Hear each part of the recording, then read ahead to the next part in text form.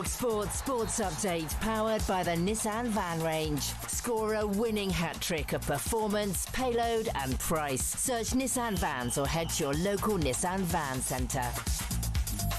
With your headlines at 1 minute past 10, I'm Nick Ellaby. Good morning. Let's get straight to the second test in Brisbane, where England are under lights and under the pump a bit. John Norman's watching. They are indeed. 216 for 6. Will Jacks in the side ahead of Mark Wood. He's 1 from 13. Joe Root 18 away from a century, but that can be put to one side for the moment because 2 wickets falling for the addition of just 1 run has just turned this game on its head again. Ben Stokes brilliantly run out by Josh Inglis at cover for 19. Jamie Smith not even lasting 2 deliveries before he was castled by Scott Boland just after England looked like they've done a lot of the heavy work to get themselves into a good position. Still not all is lost, with Root still there and with batting to come. England will feel they can put a score on the board, but Australia back in this. England 218 for 6. Thanks, John. In the Premier League, Mikel Arteta's moaning about fixture pile-up again. Arsenal won a tough game with Brentford, but lost Rice and Mosquera to injury. Here's former Arsenal midfielder Adrian Clark. They're 2 players you really don't want to lose. Rice has been pretty inspirational all season, and it's a big game against Villa, of course. And Arsenal still haven't beaten, a sort of real big dog away from home this season. Aston Villa versus Arsenal is live on talkSPORT this Saturday lunchtime. Daniel Farke's hailed a great night for everyone involved with Leeds. They shocked Chelsea 3-1 at Ellen Road. Now, Rod Stewart's told talkSPORT he wishes Martin O'Neill could stay on behind the scenes at Celtic. Because he's done something to those players, Rio Tati and especially Tati, where he believes himself again and he plays on fire. So it would be wonderful if we could keep him. Frenchman Wilfried Nancy's come in after O'Neill guided Celtic back to the top of the Premiership as interim. And Matchroom chairman Eddie Hearns told us he's getting calls from fighters at rival promoter Boxer wanting to jump ship. Hearns hit back at criticism that he's had things easy from Ben Shalom. When he says, I've achieved everything off my own back, he ain't achieved nothing yet. I mean, let's see how we get on. I think my legacy speaks for itself. But yes, I do work for my father. I'm absolutely over the moon to do something. He's a hero of mine. It's good stuff. You can catch up with that interview on the talkSPORT YouTube. talkSPORT News. Wes Streeting has launched a review of mental health, autism and ADHD diagnoses, and the NHS says A&Es are being swamped by hiccups and ingrowing toenails. More from the news team in half an hour. talkSPORT weather with QuickFit. For a limited time only, get 20% off a set of 4 premium tyres in our Black Friday event. Book today at quickfit.com and drive away happy every time. Conditions apply.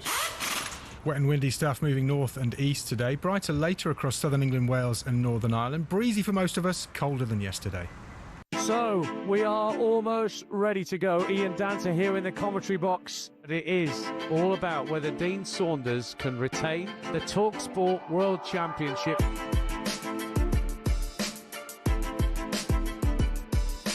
To win the leg. She's got it! Gets it! Double 9! He refuses the handshake.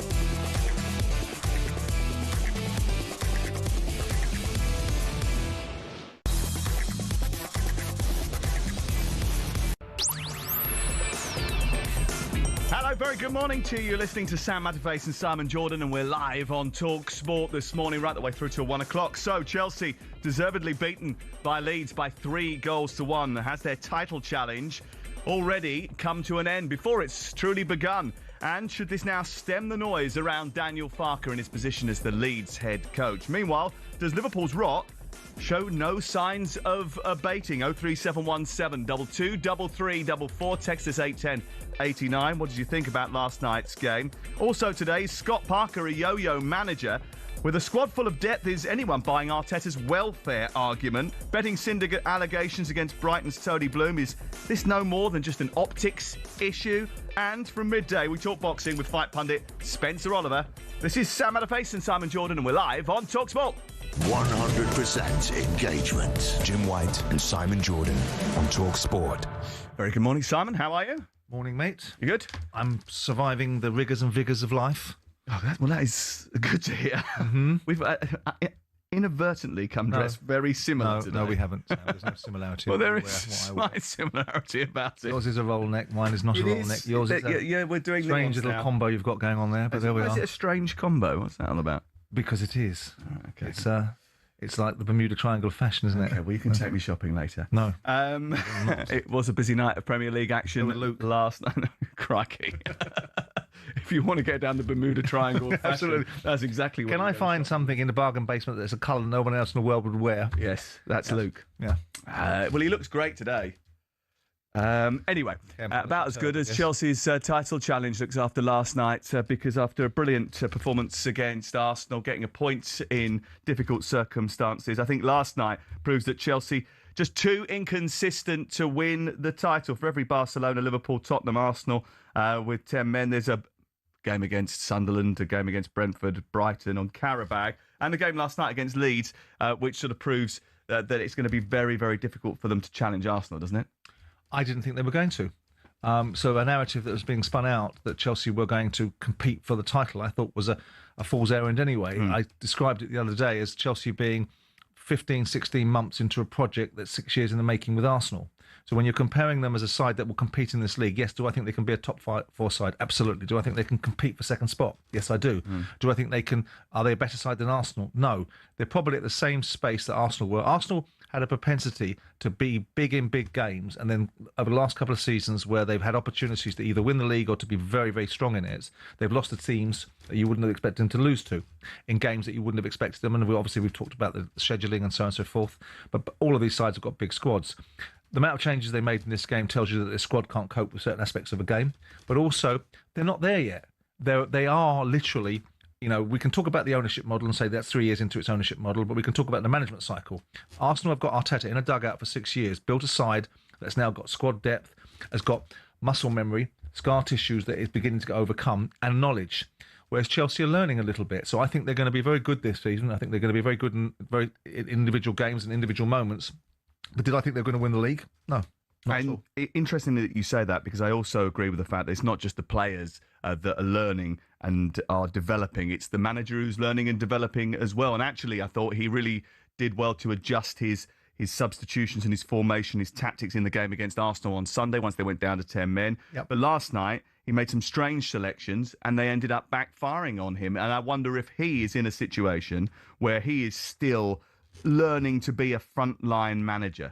Well, you make these decisions. I mean, at which point do you say Pep Guardiola is an expert in his field? Do you say he was an expert in his field after he won all the trophies at Barcelona or Bayern Munich and then changed the side to play against Chelsea in the Champions League final, where everyone scratches their head with Pep Guardiola meddling and changing and reinventing his own thinking? That was a manager that had won everything, was very experienced. Managers make decisions based upon what they think players can do and what they think circumstances dictate. We sit back with the benefit of the hindsight of the outcome and go, well, that was a strange decision to make, without the knowledge of what it really takes to make a managerial decision. So I think we have to be careful about what we think people are learning. But the reality of it is you have an expectation of players. They will either deliver those outcomes or they won't. But you'd expect him to still be learning, bearing in mind that this is only his third main season. But everybody that thinks they have learnt everything is somebody that starts to stand still and go backwards. Every day is a learning day for everybody in life. Everybody learns something. A football manager is not immune to that. What you can do is you can get to a position where you know what your team are going to do. You know who in your dressing room is going to do when they're going to do it, and how they're going to do it. And you know that who you can put in and who you can't put in to affect outcomes. Leeds, at home is always a difficult game, despite the fact that Leeds aren't doing what I envisaged they might do. I thought they'd do a little bit more of what Sunderland were doing in this division than they currently are. That might be their recruitment. It might just be the fact that they're a club that's been up and down. Why were you so optimistic about that? Why am I optimistic about Leeds? Why were you?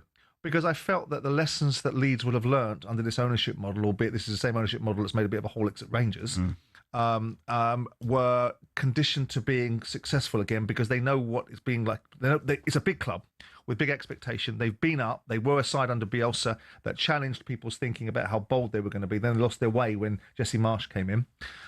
They've gone down. They've come back up again. They're just a bigger club in scale. Sunderland are a big club, but they're a club that's been in the doldrums. Like when Leeds went up, after about 17 years of being out of the Premier League, they came up as a revelation. and they really challenged the Premier League with Bielsa's style of football. Then they got found out in the second season. I just had an anticipation that maybe Leeds would be bigger and better and bolder than Sunderland. The way they went up, the way Sunderland got up was slightly different. But what Sunderland have done and what their ownership model has done, because I was slightly sneery about a younger, I mean, given the fact I was a very young owner at the time, but he was an uber young owner, the decisions that Sunderland have made are brilliant. And so the manager, no one would have picked that. You've got to give all of that credit to the management and the ownership of Sunderland. But I just expected Leeds to be a little bit better than they were. But then when you start a season with a background noise of dissenting against the manager's achievement, with that idea that perhaps the manager isn't good enough for the job, and that all creates a scenario, a set of outcomes that might be self-fulfilling prophecies that you ain't good enough. If you start the season thinking the manager ain't good enough, there's a possibility the team might not be. Should some of that noise be quietened now after he changed the system at halftime at the weekend, had a real good go of it against Manchester City? They did recruit more physical players for this style of football in the summer, actually. And then he stick with that last night, and they were much better, getting two up top, causing problems from Chelsea right from the very off. Chelsea were the architects of their own downfall to some extent because they weren't good enough and they weren't at it enough to be able to match what Leeds were delivering. But, you look at one of the things that I remember speaking to Kieran McKenna when I went to the Fabio Wardley fight down at Portman Road when he fought Justice Hooney after the season had finished. And he and Mark Ashton were talking about the big thing about the Premier League that they hadn't been prepared for was the physicality, the ability to go in the back end of a game and be physically competitive and actually have the talent to be able to do so. And that was the big lesson that they'd learnt about their recruitment was the physicality. And Sunderland don't seem to have struggled from that. But Sunderland have got lots of momentum and lots of energy in their play last night. We saw it against Liverpool. They were quicker and sharper than Liverpool for significant proportions of the game. Leeds, well, they've got to play to their strengths. The problem for Leeds is that because people like me think they're a big club, there's almost an idea that they will be bigger and bolder than just being physical in their first season, trying to hang in the division. And do you think that he is held to a higher standard as a result of that, Daniel Farke? Yeah, he is. I mean, he's an unfortunate victim of circumstance in terms of the way he's been categorised. I mean, he is an odd character in the way that he presents himself in the media at times, but I do think he's an effective manager. I mean, every time I listen to him, I think of On Cabaret. I can't help but think of it that way because I've been, you know the scene I'm thinking of from the Kit Kat. But the fact is that he's a capable operator. When he went up with Norwich, he got no budget, and so he got judged by a set of circumstances, and people expected a slightly bigger budget. Certain players like Calvert-Lewin, I have mixed emotions about. Well, they haven't exactly spent loads of money in the forward department this time around. No, they haven't. They've spent most of their money stiffening up the defence and the midfield. And that may be, their thinking may well have been like we are describing or trying to describe, that the job of Leeds United was to stay in this division and build from there. And the others will say, well, what was Sunderland's job then? Why are Sunderland different? You can't compare the culture and ambitions and aspirations of one club against another in individual moments. Is Leeds a bigger club than Sunderland? In my view, yes, it is. Does it occupy an opportunity to have real scale? If Leeds United were really operating at full tilt, then the Premier League is better for having a Leeds United in it. Yeah, I mean, I just wondered last night whether or not that the Chelsea players understood the little grudge that there was between Leeds and Chelsea. Because when you go into Leeds United and you're Chelsea, the noise that comes out there is different. They were calling them all sorts of names. They were going for them. It's a hostile crowd. It's a historic little rivalry between the two. But I don't think Chelsea were up for it. I don't think they were intense enough. I don't think they were aggressive enough in the game. Yeah. And I wonder whether or not we should give Daniel Farke a little bit of credit for also recognising that. And City, Chelsea, Liverpool was supposed to be a massively defining week for him. If they get something out of the Liverpool game, that's a pretty impressive response, isn't it? Absolutely. I mean, I'm not in the camp of suggesting that Daniel Farke should be under pressure, and I don't know where this noise comes from and how noisy. It came from the fact that they were thinking of replacing him at the end of last season. That's my point. Now, were they thinking of doing that, or was that somebody pulling at a ball of string and not getting a response that they thought was an absolute unequivocal support and then weaving it into a narrative they didn't fancy him? Now, we don't know that because we weren't privy to it. The fact he's still there means the story didn't have much resonance. And it may well be that people were projecting into a situation where Daniel Farke's taken teams up before and they haven't achieved very much. And that was the narrative that was spun out and then started to create a story off the back of it. I think he's a decent manager. I think Leeds are a great football club. I think their job is to stay in this season. I'm curious to see about this ownership model because, I'm flabbergasted without wanting to take it off-piste, the way they handled the Rangers situation, because that seemed to me I'm a bit, you know what a big club looks like. You must know that there's a uniqueness about Rangers. Why did you handle it in the way that you did? Now you've taken out your chief executive, your director of football, you made a bad appointment that you must have been involved with or completely delegated. And this is the ownership model that runs Leeds. and took over Leeds after Rabazzini. And whatever you think of Rabazzini, and I didn't warm to him, I spent enough time with him in Qatar not to warm to him, but he did have ambition for that football club. They took it down under the 49ers and his ownership. They nicked it back off him because they got it cheaper when they got relegated. But it's interesting because clearly they own these two big clubs for reasons that will be about success, I suggest. I wonder what the Leeds fans are thinking this morning after that victory over Chelsea last night. Does it stem the flow of noise around the future of Daniel Farke? 03717 2233 44. You can text us 81089. This is talkSPORT. Sam Matterface and Simon Jordan today with Selco Builders Warehouse. Check out this month's real deals at Selco.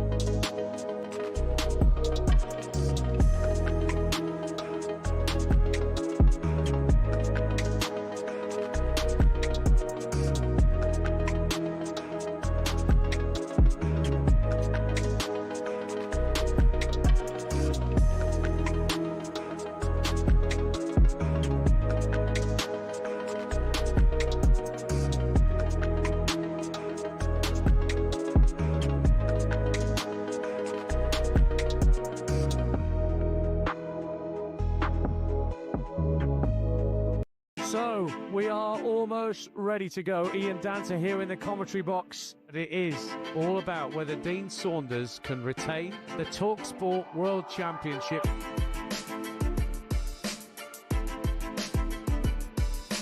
To win the leg. She's got it! Gets it!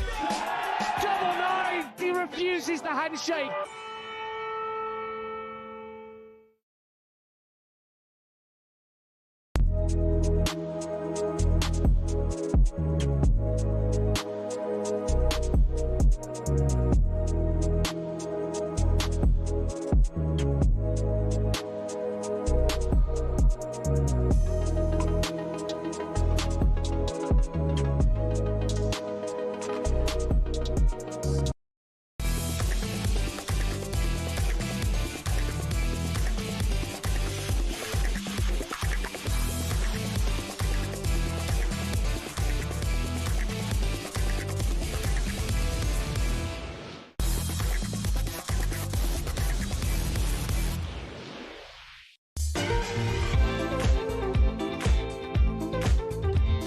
Been another amazing day in the Ashes. Let's get to the Gabba and find out what the latest is. Here's John Norman. Hello.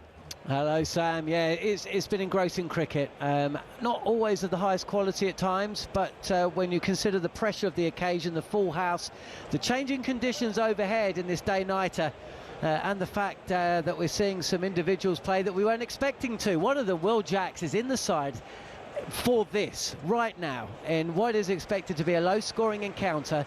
Can Will Jacks, coming in lower down in the order, can he provide assistance to Joe Root, who's 88 not out? Can he get a 30, a 40, maybe even a half century in his return to the England side? England need him to, because they've lost wickets along the day. 5 for 2 at one stage. Ollie Pope and Ben Duckett both going without scoring before a century partnership between Crawley, who was out for 76, and Joe Root, who is still there.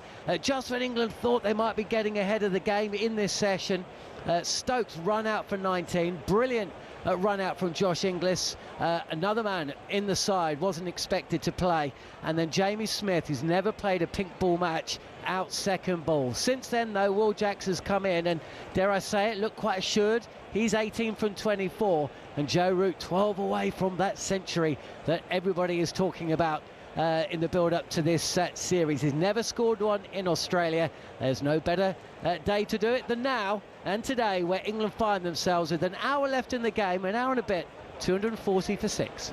Cheers, John. Thank you very much. Farker has finally got it right, says Mike, the Leeds fan. Formation, tactics. We took the game to Chelsea and to City, stopped them playing their game and make them panic. Let's kick on now. Take it to Liverpool. We could even get another result. Simon talks so much sense. Super Leeds, says Mike. Let's move on to Kevin. Hello, Kevin. You're through to Simon Jordan. What do you want to say?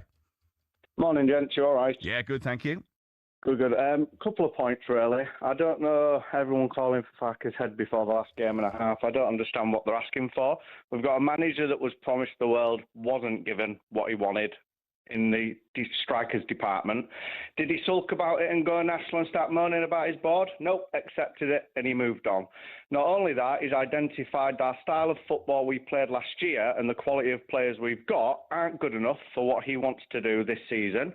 And in the last game and a half, he's changed it, something Vincent Kompany completely didn't do and Southampton decided not to do. So when we couple all of that with everything, I think the guy's got to be allowed the same amount of time that Maresca has. Yeah, I mean, the other thing is, I suppose that you're warm to the fact that when he didn't get what he wanted during the summer in terms of striking options, and I spoke to him earlier in the season and he was talking about the need to improve the top end of the pitch because goals are going to be the currency on which they need to trade. He didn't moan and whinge about the board. He accepted what he got and he's made the best of it. Yeah, I mean, that's what people should have to do. I mean, if the board had promised him something and then didn't deliver, then he'd have every right to bitch and whine about it. If they haven't promised him that and told him, well, we understand what you want, but this is what you're getting, and then ultimately this is what we can do, then he has no right to potentially whine, because he can either accept it or he can leave. And if he accepts it, then he shouldn't be in the press moaning about it. What the caller says is absolutely right. It's the key component of a manager going up into the Premier League is, okay, if the ideals and the principles that I have, because it's like saying what happens to your principles when you die, they die with you. You've got to change to be able to evolve into an opportunity that means preservation in the Premier League. And what the caller's saying is Vincent Kompany and Russell Martin didn't want to. They wanted to go down with their good ship principle. And what Daniel Farke potentially is doing is, my job is to keep this team in the Premier League one way or another. And if I don't have my ideal positioning to be able to play the way I want, then I better find an alternative. And I think he's absolutely right, and that should be given plaudits. It's about outcomes, isn't it? And they want to stay in the Premier League. And so do Burnley. They lost again last night to Crystal Palace, a 5th straight defeat for Scott Parker. Now 10 league defeats this season. And Burnley haven't scored at Turf Moor since October the 18th. Interestingly, before last night, they'd only had 12 shots on target in games at Turf Moor. They had 4 last night, but Scott Parker says, we'll keep fighting. I thought it was a very good performance for us in terms of a bravery. I caveat that with, I understand the world we live in and we've not won. So I get that me sitting here saying that, people will have an opinion on it and probably brush that off. I also sit here with huge experience and knowing what's needed. This group showed a real bravery and a real courage when I feel a lot of people, or maybe human nature is you might hide away. That wasn't the case tonight. It's interesting to see how Daniel Farke has adapted, how Scott has adapted as well in order to try to keep his team in the Premier League. He was relegated with Fulham. He was sacked by Bournemouth. He doesn't want to be a yo-yo manager, but does he find himself in a situation where, because we're in an era where clubs who are promoted find it very difficult to compete once they come up, that he's almost going to be perceived that way? Well, he engineered his own outcomes at Bournemouth, and the club stayed up and prospered. So, it wasn't just a case of promoted clubs that get challenged. He caught some shrapnel because he wouldn't let it lie, and achieved a situation that enabled him to be fired. I mean, look, Burnley have stayed in every single game besides their obligatory beating at Manchester City, which they seem to have got year in, year out when Sean Dyche was there. They always got a tonking. They'll be disappointed in games like West Ham, who aren't a good side, and haven't been in good nick, and when they go and lose those sort of games. But if you look at their most recent run of form, post-beating Wolves, which is a game that you would suggest they have to win given the state of Wolves, yet they did. They went and beat Wolves. They're besides perhaps Brentford, who are a decent side at home, you're looking at those results thinking, well, it's difficult to see where they might have got points. They're not getting points off Arsenal. They're not going to beat sides. They're not going to beat a Chelsea side. Okay, get it. Leeds have just beaten them, but we know that Chelsea, when they're on blob, can beat anyone in the Premier League, and there's no surprise that they beat Burnley. So you look at Burnley; they're competitive in games. Their big problem is going to be scoring goals. Why I thought Burnley might do well this season is because of their absolutely ridiculous, absurd defensive record that they managed to achieve last year in the Championship, which was remarkable. A remarkable testament to what Scott had clearly set them up to do, which would be very difficult to beat. But it hasn't translated to It hasn't translated because they're not laying a glove on the opposition. So the opposition, whilst they're not getting beat out of sight in games and they're not conceding goals left, right and centre, in terms of getting beat week in, week out by big numbers, they aren't laying a glove on the opposition. They aren't scoring goals. And the alternative in the Premier League or any league, if you can't score goals, is not to concede them. But when you're playing in a league where you've got people of the highest calibre that only need in the Championship, a good striker will score goals once every 5 chances. In the Premier League, they score once every 2 or 3 chances. So the likelihood is you're going to concede more goals. The challenge for Scott is, he's in the same position that most Burnley managers are in. There's a limited amount of resource. I mean, of course, we've got the intellectual capital behind Burnley that thinks AI scouting is the way to go forward, and we'll see how that's worked out for them in the Premier League. But notwithstanding that, I think Scott Parker is a decent manager. I think he will have learnt the lessons from being a little bit unwise. There's nothing wrong with managers being bold. There's nothing wrong with managers pushing the envelope and pushing their owners. In Scott Parker's incarnation, what he was told to do was pack it in. And he didn't pack it in, he carried on. That's why he got sacked at Bournemouth. And of course, Bournemouth kicked under Gary O'Neill, and they stayed up with the same resources that perhaps Scott Parker would have had. So the argument is he a yo-yo manager? Fulham's situation was different. They spent badly. They went like drunken sailors into the Premier League, spent money left, right and centre. Tony Khan picking players for the manager, so on and so forth, and they didn't get their outcomes. I think at Burnley, I think it's unfair to categorise them that way, but because of the outcome, that's what they'll think. But they're still competitive in games. He's still talking up the team. Whether he can pivot, the difference between Burnley under Vincent Kompany is it was evident they needed to pivot into a more pragmatic way of playing, not to play out from the back, not to be the other side's biggest asset, which is what Vincent Kompany's side was at times. I don't think Scott Parker's falling into that, but I just think that they don't have anything to threaten the opposition with. It's a scrap. That's the problem. I was at the Chelsea game and they actually played all right. They were probably the better team in the first half, but then they couldn't score. Yeah. Too many touches in and around the penalty area. That cost them. And in the end, Chelsea made them pay. 221 days now since Wolves last secured a Premier League win as well. They lost last night to Nottingham Forest. I wonder if Rob Edwards is already regretting making that move. Also last night, Liverpool failed to win at home again. We'll talk about that next.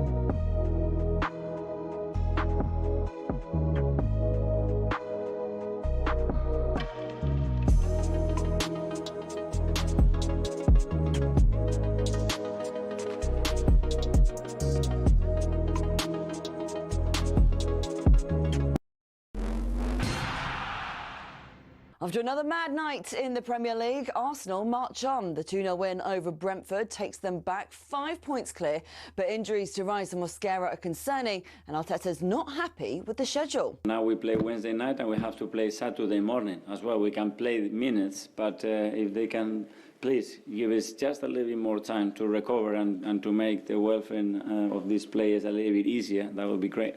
Well, there's no let-up. Arsenal go to Aston Villa live on talkSPORT this Saturday lunchtime. Unai Emery's hoping Ollie Watkins can kick on after he ended a drought, scoring twice in Villa's 4-3 comeback win over Brighton.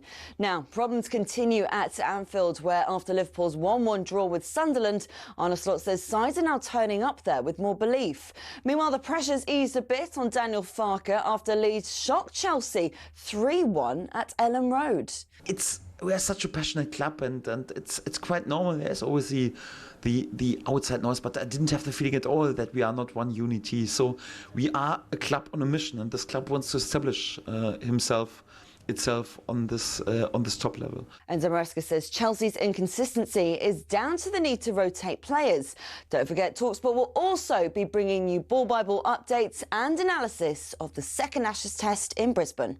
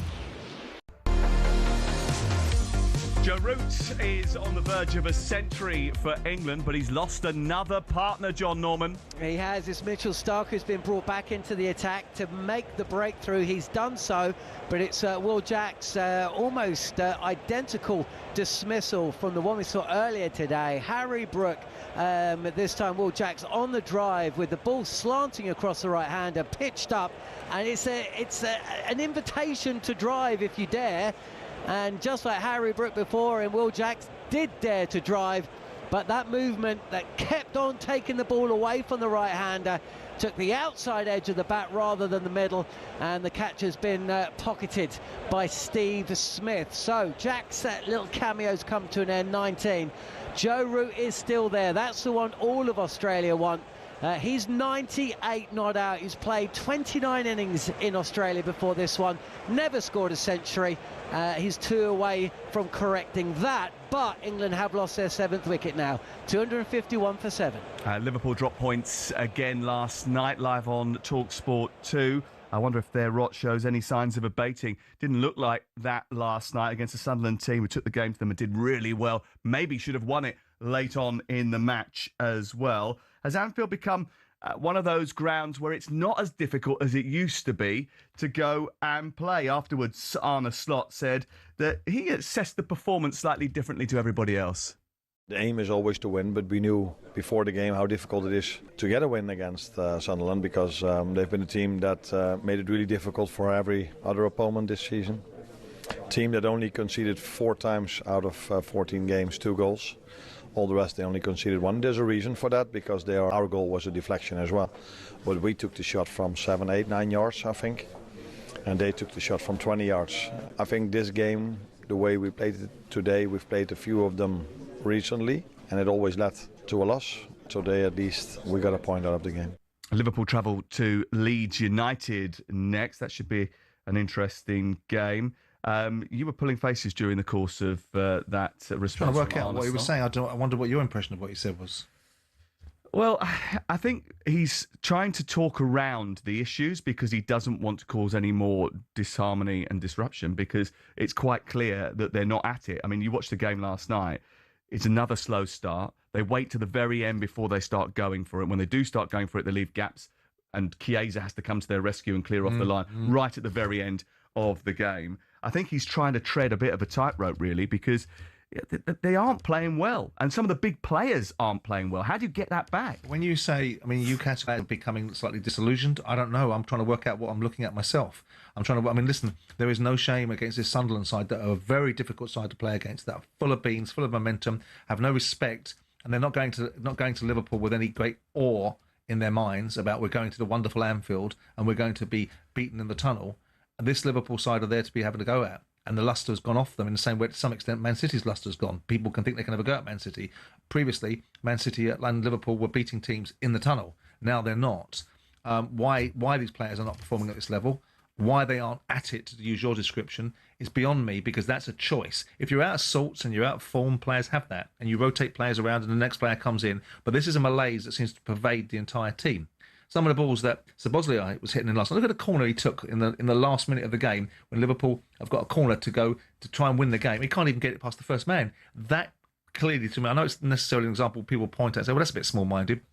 But that's symptomatic of the malaise that runs through this team. They were lucky. The ball from the goalkeeper, from Sunderland goalkeeper, was a hell of a ball. Yeah, terrific. Alisson did wonderfully well to make himself big, and the Liverpool player getting back showed this kind of endeavour, commitment and focus that perhaps the rest of the Liverpool team should be playing for. He always does, actually. They don't use him from the start, but he always comes on and tries to make an impact in the game. And actually, do you know what, you mentioned Szoboszlai. Szoboszlai's been one of their better performers over the course of the last season. But he's catching the bug. He's catching the bug. Yeah, well, I think it is catching, isn't it? You think they spent £450 million in the summer. You said Spend is Arne Slot's friend last week, didn't you? You were suggesting in terms of losing his job over it, it'd be very difficult for them to make a change after all of the changes that they'd made to the playing squad. And there are some caveats, and you must remember the sort of tragedy that they've befallen as well over the course of the season. But there is going to be a point where everybody starts to go, hold on a second, how long can this go on for? Well, absolutely. I'm not wanting to be unkind, but if your memory of your friend that you've tragically lost is to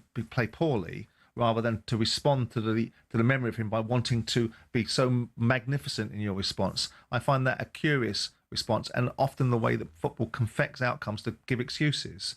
Liverpool bought a lot of players that weren't privy to that tragedy, weren't privy to that player. None of those players seem to particularly hit the ground running, and then whether that's a setup, other players seem to be off it. But is that because grief hits in different ways and you cannot understand that? We will never understand that. But also coming into a dressing room after that tragedy must be pretty difficult, no matter how good and talented and how, Yeah, we can give that. I'm very loath, because I don't know the psyche of the players. I don't know the spirit of the dressing room. Obviously, we saw Andy Robertson talk about, in a moment of great achievement for Scotland and a moment of great achievement, what it meant to him and how he thought about his friends.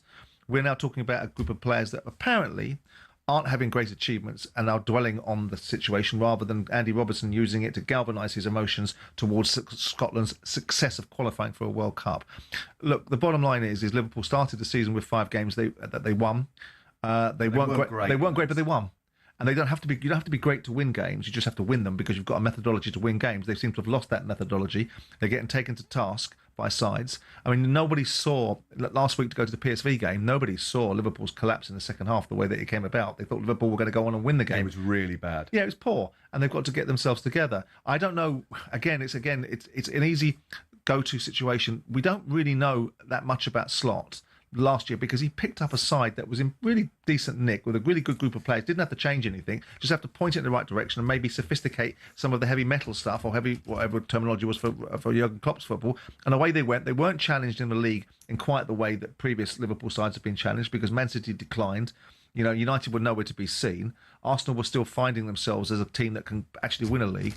So with all that in mind, he's been forced into circumstances where Diaz just be forced into circumstances because they changed the style of play. They were controlled and composed last year, and they had everybody strangled. But this year, he wanted more chances because he didn't think they won enough games by enough goals. So they've gone on the front foot, and that's left them open. Yeah, people will ask about the idea of why they bought Isak and Ekatike.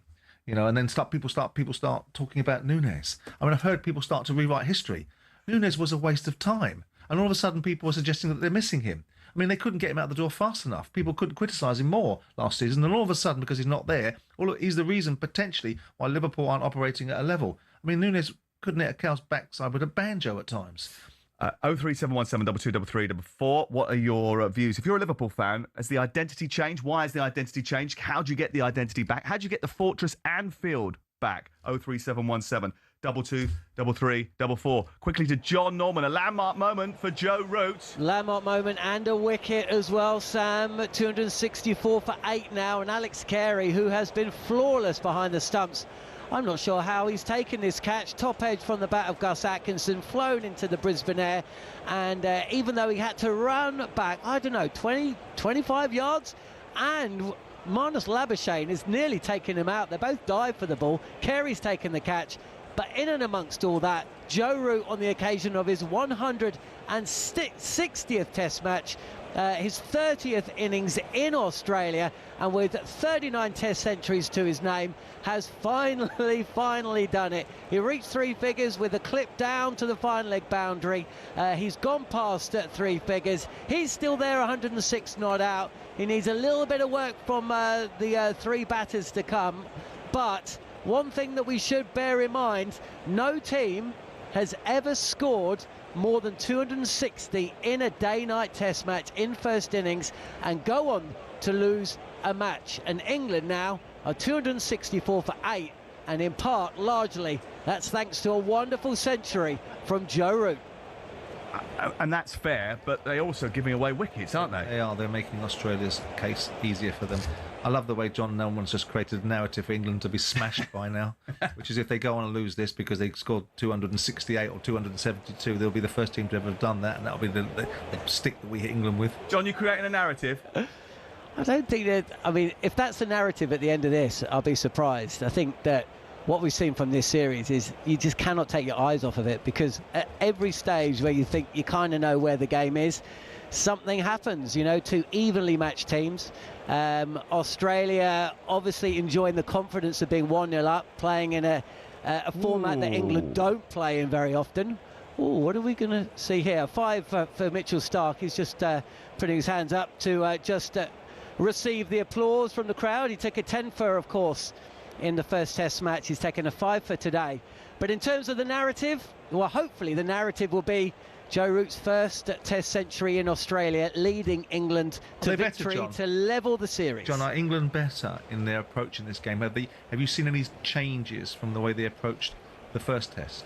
I think Ben Stokes approached his innings in a more conservative fashion today, if you take the run out of the equation. I think he played the game situation. You know, he came to the crease at the worst possible time during that twilight period where daylight has been replaced by floodlights. Harry Brook had just been dismissed, and he knew he had to play defensively. He did so, and actually at that point that he was run out, 210 for 4, and he and Joe Root seemed to have got England to a position where, whilst never comfortable in playing in Australia, they got through that twilight period. So I think there's been a difference in approach, but then I think we've seen a difference in approach this year. I thought the way that England batted against India at times, it wasn't baseball, was it, at all at times? Slightly because of the pitches that were served up. But yeah, I think England have gone about things slightly differently. But then,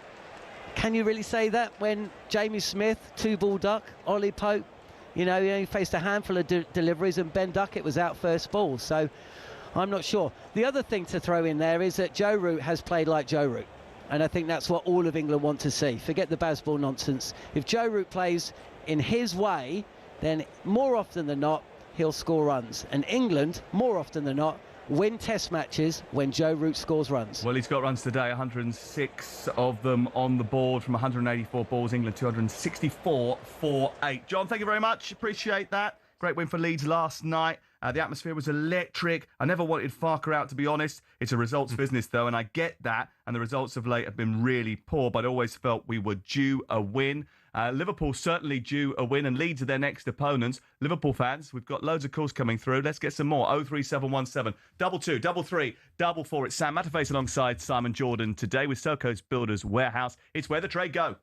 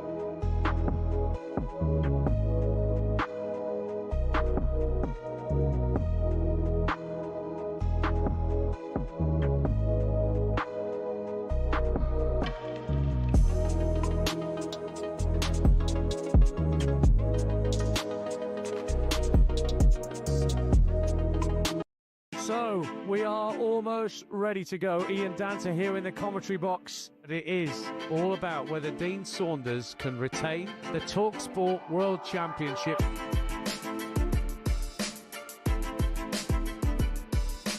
To win the leg. She's got it! Gets it! Double nine! He refuses the handshake.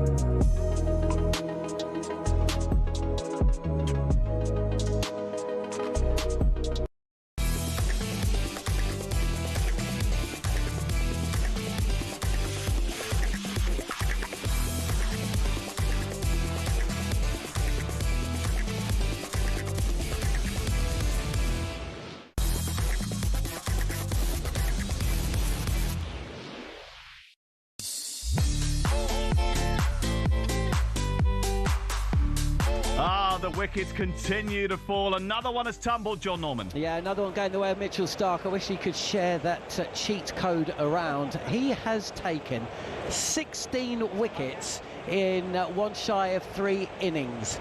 He's really stepped up. No Hazelwood and Cummins. They needed their main man to really lead from the front. Boy, oh boy.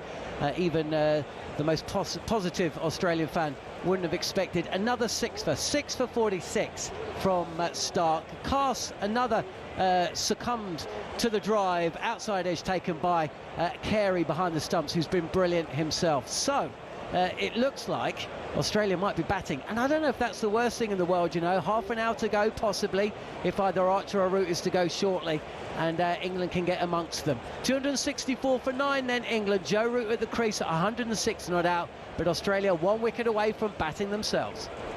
Thank you very much. Right, let's get to some Liverpool calls. Start with Stephen. Hello. Hello, Steve. Sorry, hello, Matt and Simon. Big show, by the way. Nice to see you. You're all right? What do you want to say? To be honest with you, I was making notes last night watching Liverpool's Sunderland game, and my pen ran out, I think. And the main point you want to watch, if you've got kids and they can't go to sleep overnight, watch that first half of that game last night. That was shocking, absolutely shocking. I was shouting at the telly, Van Dijk, all the back forward, and even Alisson passing the ball sideways and backwards. That was 45 minutes wasted. And then you got Van Dijk does a panic ball to the Sunderland lad. He shoots, and Van Dijk turns his back. I'm sorry, Virgil. There's lads playing on Birkenhead Park every Sunday that will take one in the nuts for that. Never mind being on 350 grand a week. That's shocking. And it's not the first time he's done that this season either. But the main point you want to make, fellas, is the faking of injuries by the Sunderland players, rolling around like they've been shot. Obviously, so blatantly faking injuries and even holding their heads when they haven't even been touched with any part of the body, especially the head. And that's why my pen started doing that, I think, making notes about the time. Steve, of all the things that you took notes of last night about that performance and of all the concerns that you've got, that surely isn't top of your list, fella.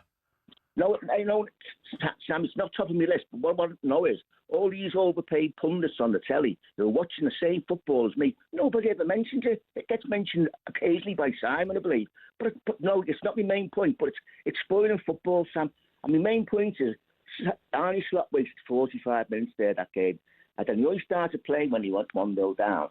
And at one point, Andy Robinson went to take a throw in, and he shrugged his shoulders. The players are not running into space. Something's wrong there. And a Slot, I want him to stay, I want him to turn around, but something's got to change. I connect Tiki up front. And just show them the game. Say, this is unacceptable. I mean, there's no urgency there at all. That is a concern, isn't it? The urgency, Stephen. Thank you very much for calling. Appreciate that. Some good points. 03717223334. David, what do you want to say? Hello, mate. I just think Slot's been exposed. Obviously, last season, he inherited Klopp's team. Didn't really have to do much at all. Salah had the season of his life. Obviously, got more assists, more goals than he's ever got. And then this season, when he's put his stamp on it a bit more, you know, I assume he's brought those players in. On paper, they look good, but it's just not gelling in that system. I think it's just been exposed. I think if you had Klopp there, you'd see a lot different story with the same players. They'd be getting a lot more out of them. It just seems like, I don't know, they definitely missed something from Klopp, in my opinion, and Slot's just not bringing them out of them. It's a different style of management, isn't it? Yeah, different style, definitely. But I think when he's had his chance now to spend, I assume he wanted to bring Isak in, Ekatike, Frimpong. I know Frimpong's been injured. But as soon as he's done that, it's just not worked. Yeah, I don't think it's him who drives the recruitment, though, David. Do you, Simon? I think the recruitment is driven by the club and the data, and Michael Edwards, who's the overlord, and Richard Hughes, who the. So you think the manager sits there and says, I don't want any of these players, and they get bought irrespective? No, I think that he doesn't drive the recruitment. I think the recruitment is driven for him. They work together to formulate a squad. And do you think a manager should drive the recruitment? A manager, well, then it's a different world. If he doesn't drive the recruitment, then it's not an issue, is it? Because he's part of a process that ultimately says, this is what my challenges are. These are the requirements I might have for the team. What can you fill them with? And that off they go. And they, I would imagine, bring back him solutions. I mean, most people in the world would have taken Isak, wouldn't they? Absolutely. A lot of people would have taken Ekatike. They might not have taken both. Right? A lot of people suggested that Kirkes was having an absolute flyer of a season, and Andy Robertson was coming to the end of his career. These are not bad signings that have been made. I don't think any of the signings can really be questioned. They've all got Premier League pedigree as well. So whether he drives the signings or not is relevant, because if they are good players and they're the right players and should be able to function at a high level, it's about what he gets from them. Yeah, but David's point is that he had bought those players in, and was therefore now exposed. But I think that's right too, in essence, because if he didn't want them, the manager's currency is as high as it gets. He rocks into Liverpool, wins the Premier League, the second one in the history of the Premier League, does it in his first season, and does it with 2 bob, i.e., he didn't have to spend a dime. So I would think that Jurgen Klopp, Arne Slot's currency was as big as it got. So if Michael Edwards or whoever we want to talk about rocked into his office and I'm getting this player and he didn't want him, do you think they'd have got him? He would have been rubber stamping it. He would have been... Absolutely. So they are his signings. Because if he didn't want them, he would have said, no, I don't want them. So by the very nature of being presented with a signing, not forced to have it, but presented with it, and then saying, yes, that'll do for me, thank you, that's his signing. I think David is right in the fact that he says that Slot's been exposed in some senses because he's decided to play a certain way, which is a more open, more expansive game, which has left them open. Well, I don't know if he's been exposed because we haven't reached the end. So ultimately, if the end is now, and we say that after 7, 8 bad, 9 bad, 10 bad games, that's the end of Arne Slot, then he will have been exposed in that period. I'm just using his words. But what we're talking about is has he yet found the formula to make the adjustments to a successful formula that's been broken up by a series of players leaving and tragedies? Yeah. And ultimately, certain players, if one of the callers is making a note that Virgil van Dijk is turning his back on the ball, that's a psychological approach of people not being prepared to put their body on the line because they're not as engaged as they should be. And that comes from a disconnect in the dressing room, and it comes from a disconnect towards the manager. Because you go, and in sport, you go die for these guys. You run through brick walls because you do something different than you do in life. There's people that will do things and people that won't. And most of the times, people that will do something is because they're inspired or they have very high standards, and their standards are enforced by the manager and reinforced by the players on the pitch. If players like Virgil van Dijk, and I'm not saying he is, but if Virgil van Dijk is turning his back on the ball, then something is disconnecting in his desire to do whatever it takes to prevent an outcome. Should credit Sunderland. They spent a lot less than everybody would have, in comparison to Liverpool, 155 million quid to go from Championship contenders to Premier League's surprise package. And they played particularly well last night. Their home form has been terrific. The away form has not been as good, but it certainly was pretty impressive last night. So congratulations to them. Their recruitment department has done a very good job. Lots still to come. 03717 223344 is the number to call. If you want to get in touch, you can WhatsApp us and you can text us as well. It's 81089.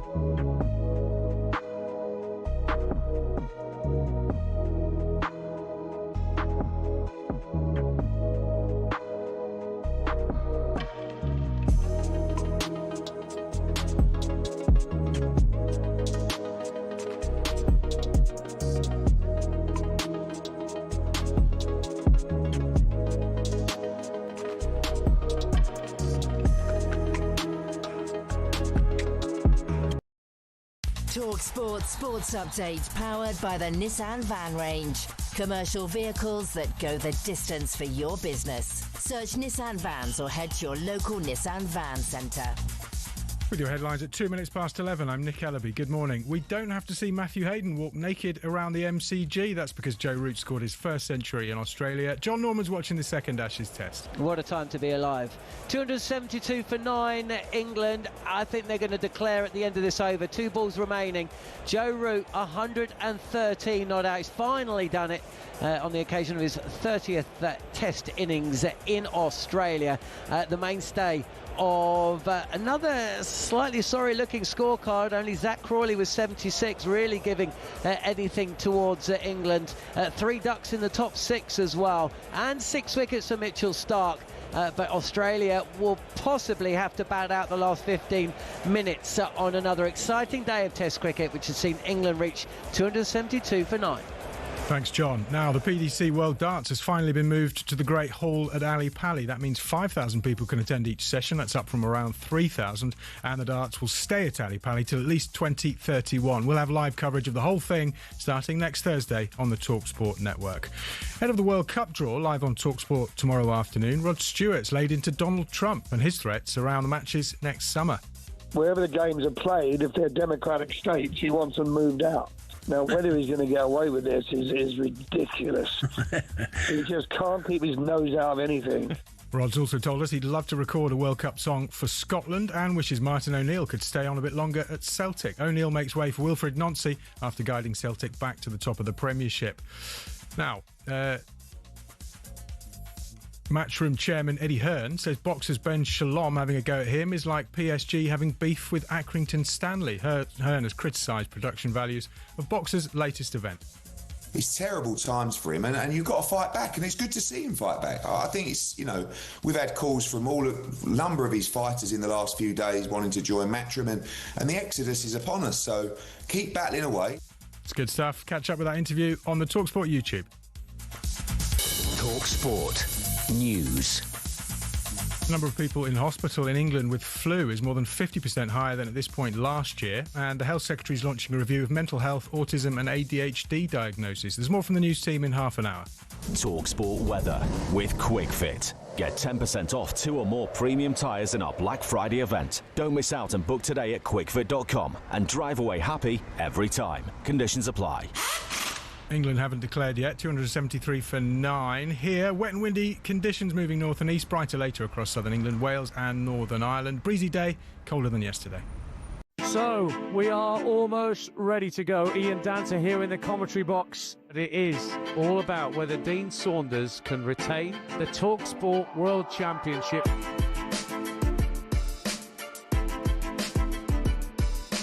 To win the leg. She's got it! Gets it! Double 9! He refuses the handshake.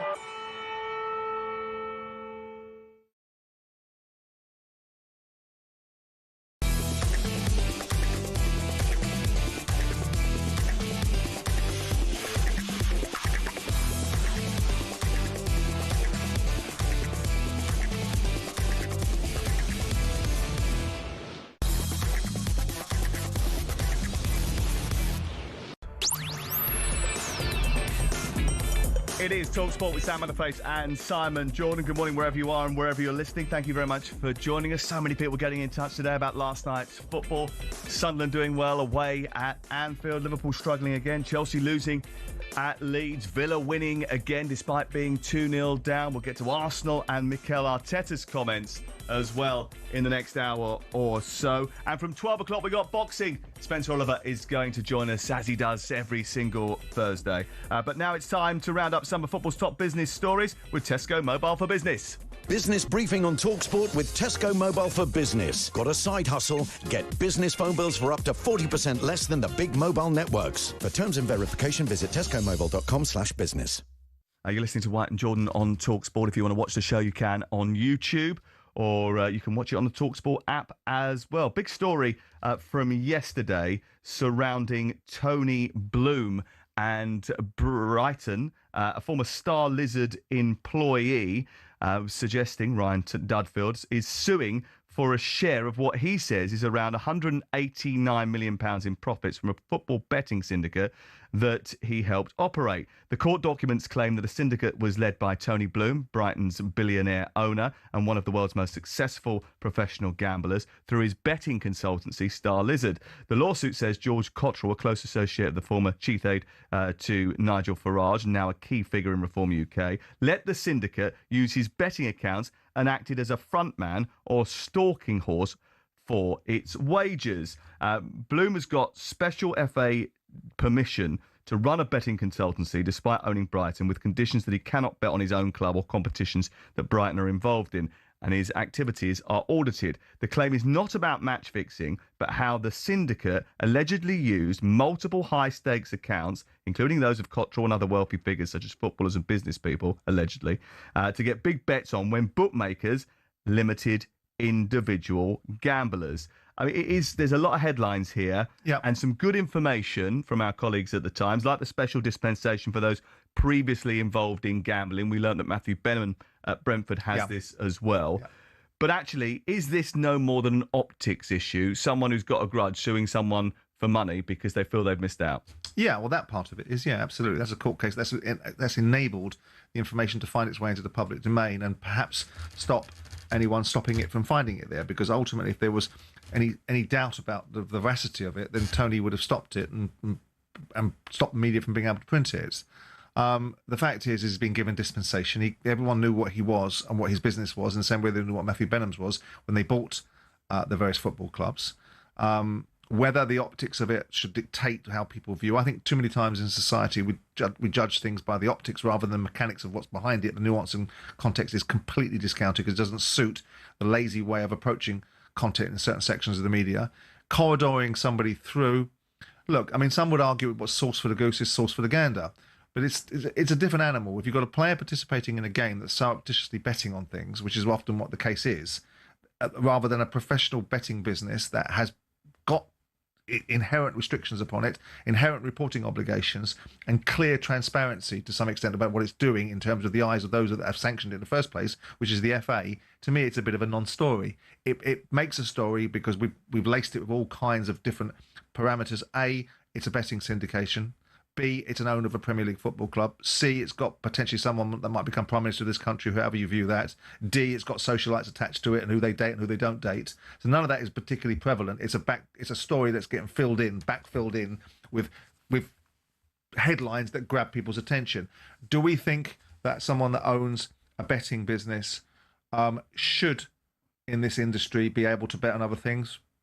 Well, I suppose the question is, do you think a Premier League owner should be allowed to run a major betting operation on football at all, even with FA exemption?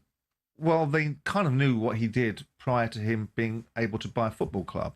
Now, of course, if the industry itself thinks that that's a challenge and it risks integrity and it risks sporting integrity and there's no transparency to it, which none of these things seem to be at play here, because he can't bet on outcomes of football matches that have any relation to the clubs that he owns. He can't bet on scenarios that are featured in clubs that he, as I say, owns and feature in games in the Premier League. He doesn't appear to have betted on games in the Premier League, so I don't feel there's much there. But if we want to be... Tony Bloom, who's a character of good standing. Sure. There are other rogue owners that have been around the Premier League and have been further down the food chain. But I don't think you set a precedent here. I don't think we've got... open the gate? I'm not entirely sure we've got owners that have bet on games that have been... I'm not saying that, but you've got players of people who aren't of good character or who haven't been of good character. They are, first and foremost, they are betting surreptitiously and they're not betting in a way that's transparent. This business... which bought a football club back in 2014, and maybe the guidelines then were different to what the guidelines could be now, given the circumstances we see. And some would say, like I said at the top of this conversation, sauce for the goose is sauce for the gander. But if you are obligated to be completely and utterly transparent in every aspect of every single bet, which seems to be the case here, which is the case that Tony Bloom's people are advancing, is the inherent obligations of being corridored out, which is effectively what they've been done. They've been corridored out of the governance around what you can and can't bet on if you're involved in sport. So I'm not troubled by it, but again, the optics of the world change people's perceptions. So if you want completely beyond reproach, then you start to limit people that are investing in sport. You've got two very well-run football clubs that have had massive investment put into them. I mean, it makes me laugh when people talk about the way that Brighton has run with great economics in mind, but he owes Tony Bloom 400 million quid. So someone had to bankroll Brighton to get to the level that they're at, and it wasn't just organically. So I'm not troubled by it. If you want to be troubled by it, if you want to be troubled by the fact that, well, if the player can't do it, then the owner can't do it, then be troubled by that. But given the parameters around it are very specific and very explicit and very transparent, and the business that he was in, whatever money Tony Bloom has, he does significantly redeploy it into football. So the benefit of Tony Bloom being in football in all its guises, whether it's Hearts currently, whether it's Brighton consistently, whether it's the other teams in the European competitions that he owns, and also they're thinking behind the manner in which he acts with an accurate mentality, which has created the spread betting successes that he has. He deploys the players' recruitment. None of that should give him a pass if it brings a game into disrepute, but I don't think it does that. No, because clearly what they've done here is they've carved out an opportunity to be able to retain his core business, which allowed him to buy the football club in the first place. Well, of course. It's not, and also they audit every single bet that his syndicate places. Yeah. So there's nothing about it that creates those areas of concern unless you want to make it about the overall absolute So why was it whiter than white, clearer than clear. Well, when you say secret... Well, why did no one know about it? Well, the FA knew about it. But we didn't know about it. And everybody is told over and over again that football people cannot bet on football. Why was this not transparent? Well, people are told that they can't bet on their teams and they can't bet on outcomes that surround their teams. Apparently, this is not what Tony Bloom is doing. He has a betting business that operates in the sports sector. No, you can't bet on football at all if you're involved in football. No, absolutely. But historically, the attitude towards it has been that people are concerned about the integrity of it and the aspects of influence and undue influence. Now, you've already allowed somebody in the sporting arena to enter into the sporting arena that has a betting business. And now what you'll say to that person is, we don't want the investment in sport because you invested in betting on sport. So we're going to change the DNA of your business. Then you limit, some people say, well, who cares? Who cares? There's many other buyers. And there might have been an element of that. Because let's be clear about it. The benefits of Matthew Benham and Tony Bloom at Brighton and Brentford have been transformational.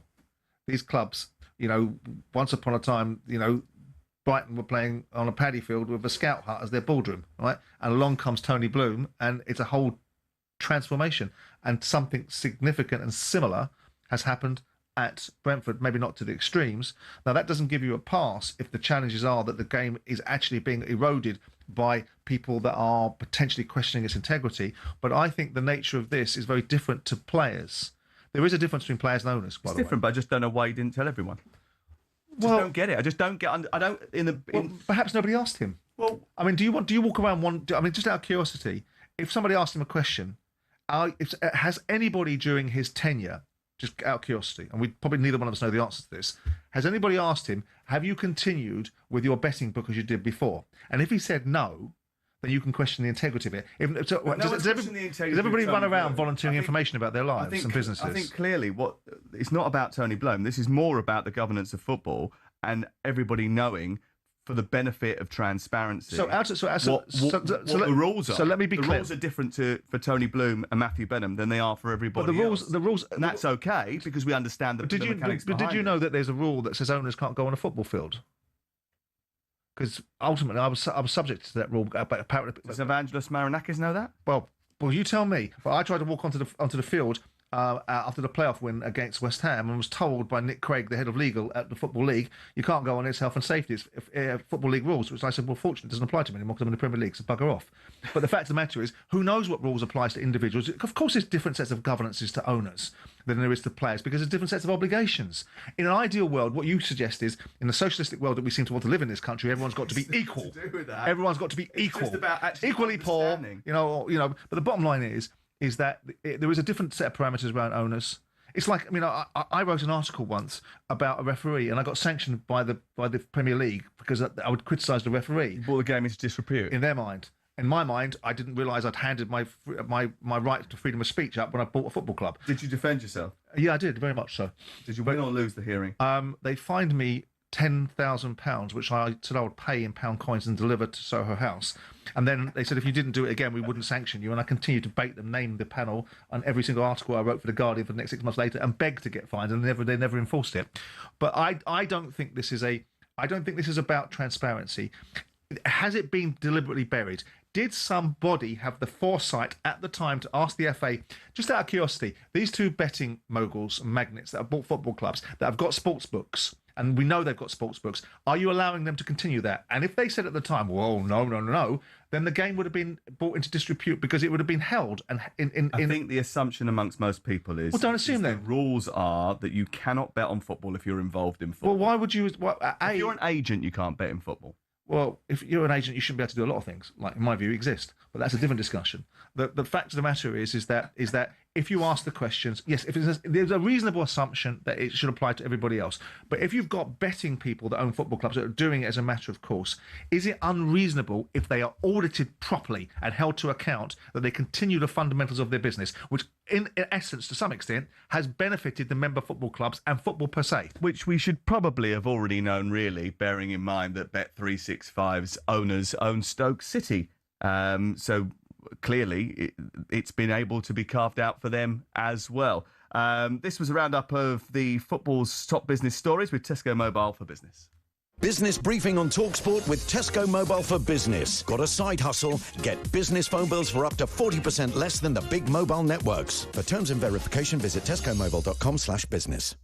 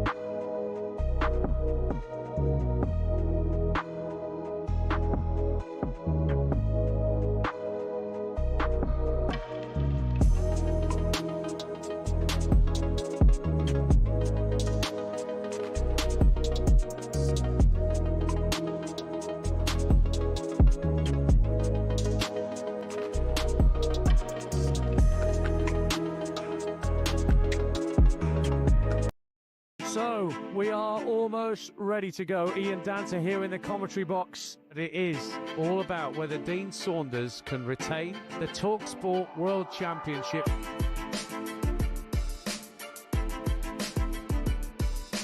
To win the leg. She's got it! Gets it! Double nine! He refuses the handshake.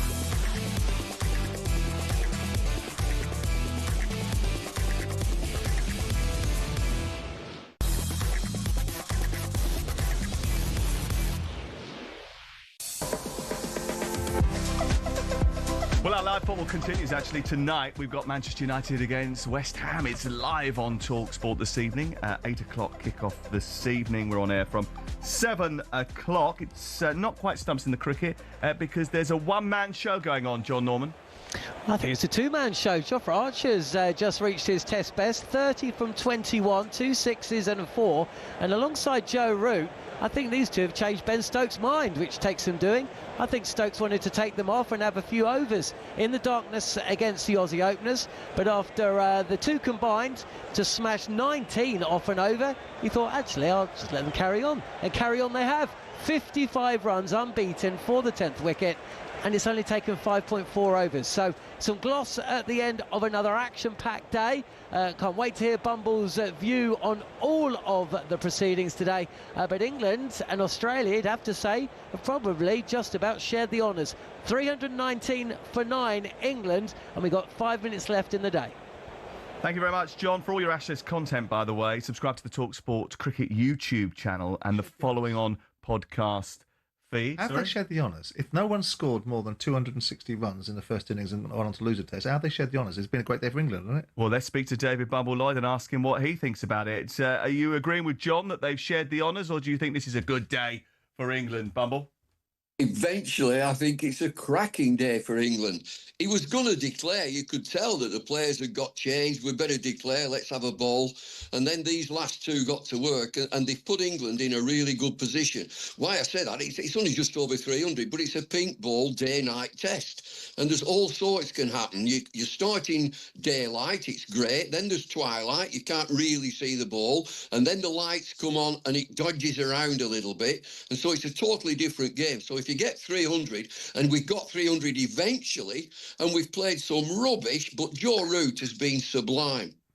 Yeah, Joe Root's performance has been particularly impressive, as you mentioned, but also it's a significant day for him because he's struggled in Australia before. Yeah, he's had 30 goals at trying to get a century, and now he's got a century in every country. It shows that he's a great player, and the way that he's played today, I mean, that was difficult. It was hard. He was losing wickets all around him to some daft shots. But he showed what class is and shows how to play a test match innings. That's how you play a test match innings, for these younger players to have a look and digest. And so then he's had a little bit of fun with Archer at the end, so he can change gear, but he's played responsibly.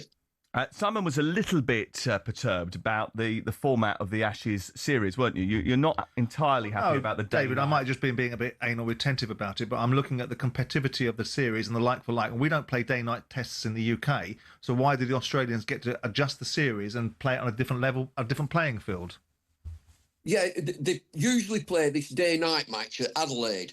And so there's been... Joe Root has come out and said you don't need to play day-night cricket in Australia. The crowds will come for just normal cricket. Now, the Australians are saying that why are we going to Brisbane? We always play in Adelaide and we always win in Adelaide. So why are you changing it to Brisbane?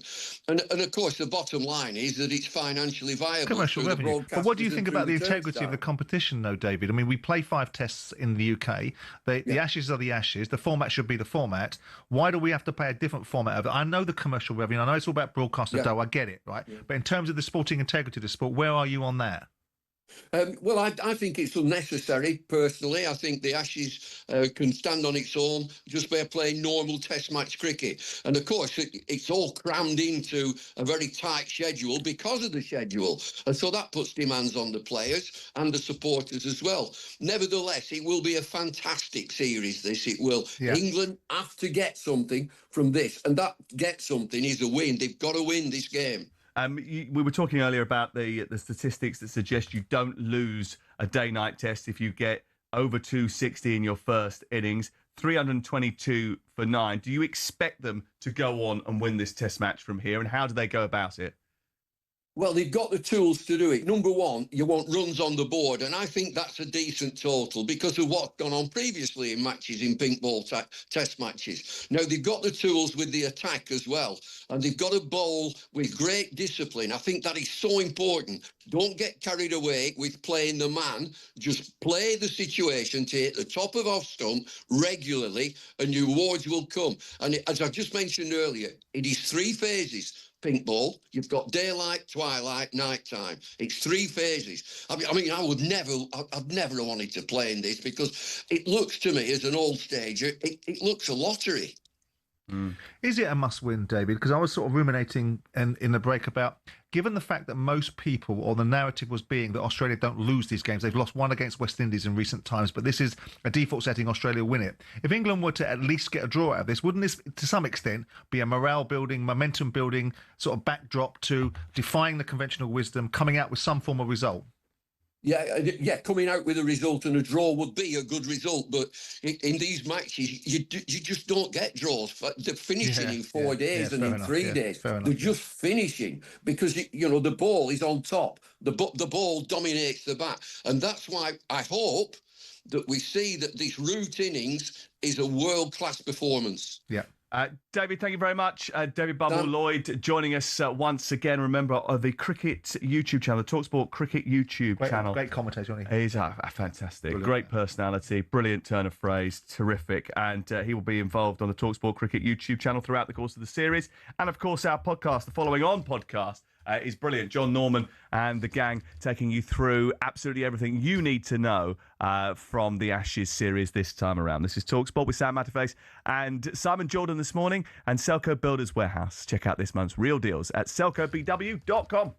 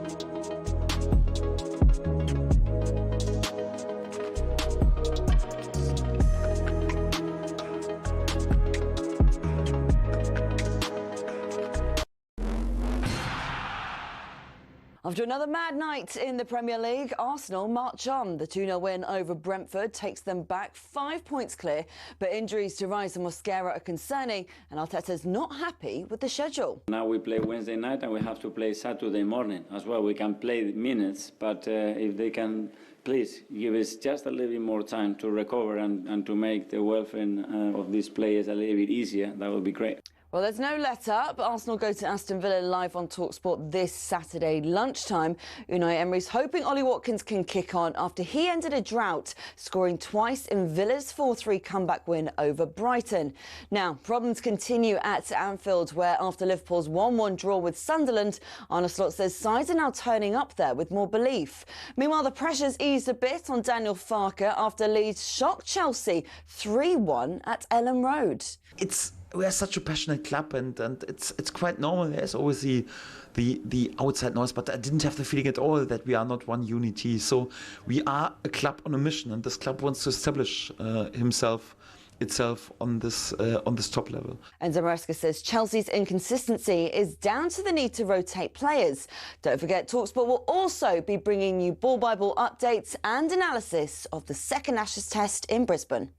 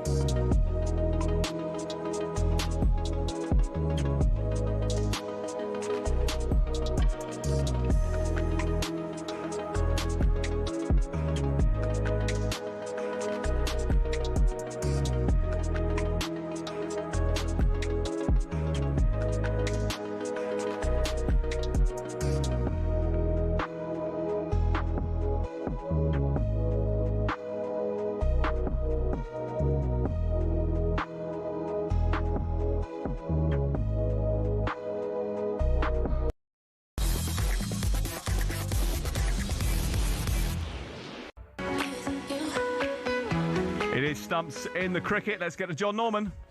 Stumps indeed. What a topsy-turvy day that was. 325 for 9. England walk off with Joe Root taking the applause of another fantastic crowd at the Gabba, and alongside Jofra Archer putting smiles not just on the faces of the fans but also his teammates. England looks set to declare with half an hour to go, but such was the swashbuckling nature of the counter-attack between Archer and Root. Stokes thought, no, I'll let them stay out there and have some fun, and fun they had. 61 runs coming from the last 7 overs to put some real gloss on what up until that point had been another stop-start day. England winning the toss, deciding to bat first and losing Duckett and Pope. Neither scored. Both went the way of Mitchell Starc, who continued where he left off from Perth. But then for a century partnership, Zach Crawley, under all the pressure in the world after that pair in Perth, 76 to his name before he was caught on the pull. Harry Brook with an injudicious shot, caught on the drive, one of 4 players to go that way against Starc, just as that day turned into night. Brought Ben Stokes to the crease right when England didn't want it, but Stokes and Root steadied the ship again, getting the England team past dinner and into a position of relative strength. 210 for 4 before Stokes took on the arm of Josh Inglis at point and was run out for 19. 2 balls later, Jamie Smith Castle for a duck. Here we go again, but it wasn't to be. Will Jacks put on 40 with Root, and despite Carson Atkinson going in quick succession, that late order partnership has just meant that when both teams come out to play tomorrow, the match and the Ashes still very much in the balance. 325 for 9 at stumps on day 1 in the second test at the Gabba. Yeah, certainly the England support staff very, very happy indeed at the close of play. Right, time to catch up with the latest odds. Thanks to BetMGM. It's showtime on talkSPORT with BetMGM. Get ready for the golden era of sports betting. Visit betmgm.co.uk or download the app. 18+gambleaware.org. And we're joined now by Sean Martin from BetMGM to look at today's top sporting events and discuss the latest odds. Good morning to you, Sean. Morning, guys. How are we? Very good, thank you. We know you're a big Celtic fan. Martin O'Neill bowed out with victory over Dundee last night, and after Hearts drew with Kilmarnock, Celtic now joint top with a game in hand. Has he done enough in 8 games to make himself relevant, appealing for another job outside Celtic? Are you reluctant to see him go? I am reluctant to see him go, yeah. He was already the greatest Celtic manager of my lifetime, and although I said to Jim and Simon, I was a bit reticent about bringing him back in as an interim manager. He's been brilliant, and he's hopefully cemented that legacy that bit tighter with the younger fan base in particular, who I don't think have truly experienced his first spell and what that meant. So, yeah, fantastic to see him sign off with a win. And it's a hard act to follow, I've got to say. Well, the man who's going to have to follow it is Wilfried Nancy, and he's been speaking for the first time to Celtic TV. Really excited, simple as that. I like to say when there is a good challenge in front of me, I like to tell my players and to my family and myself that you have to be excited by that. And I am really excited by to join this club, this historic club. I've been following this club for many years, and I had also many players, few players like Victor Wanyama and Alistair Johnston also. I watched so many games with the atmosphere, with the fans, with all the story behind this club. So I'm really proud of that. Obviously, there is a lot of excited moment to come, but looking forward to embrace this moment and to enjoy it. And he'll be expected to win the league now, won't he, Sean? So what are the odds on that? Yeah, I mean, just to fill you in, Sam, on what I've previously said to Jim and Simon, so I'm not contradicting myself, I'm not going to pretend it wasn't one of the more underwhelming appointments that we spoke about. But, time to get behind him. Let's see what he's good at. Let's see what he's got, and good to be able to fully focus on the Hearts game on Sunday, Roma midweek, and then a League Cup final next weekend as well. As you say, we're level on points. We are heavy odds on to win both the Premiership, which is 2-11, and the League Cup final next weekend against St Mirren. That's 10-1 on. Last night's Premier League action obviously took up the first sections of our programme this morning. It was compelling, wasn't it? Some big results, including victory for Arsenal, which sends them 5 points clear at the top of the table. What has that done to the odds? Yeah, so first of all, self-praise is no praise, I know, but the broken clock adage was wheeled out this morning, because the treble that I tipped on yesterday's show actually landed at 11-2. That was Palace and Forest to win away and both teams to score in the Brighton Villa game. So I hope a few folk got on that. Incidentally, Villa's win pushed them into third, but doesn't affect their odds to make the top four. They're at 9-2, which is the same as yesterday.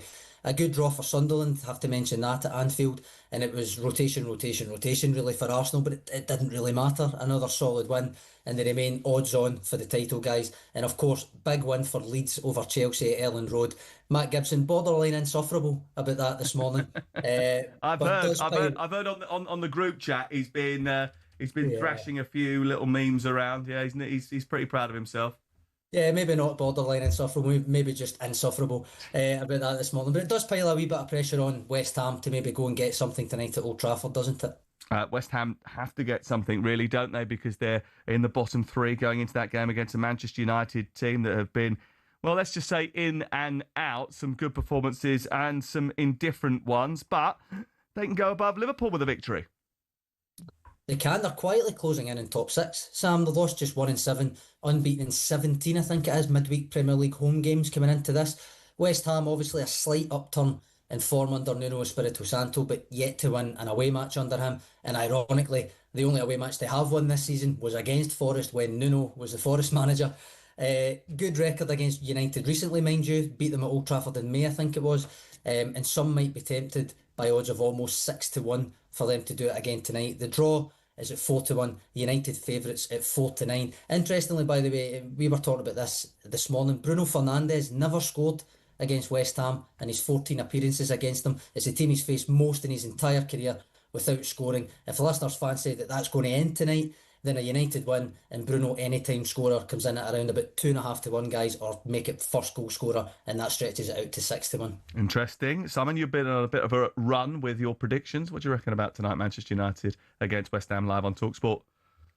Who do I think will win? Manchester United. For what reason? I think we're a better side than West Ham. I think West Ham aren't, a particularly good side. Nuno's getting them together a little bit, but I think Man United, having just beaten Crystal Palace in what was most people's expectation would have been a much more difficult game than they made of it, I think they'll just beat West Ham because they're a better side. West Ham will have to pick up points against lesser opposition, in my view.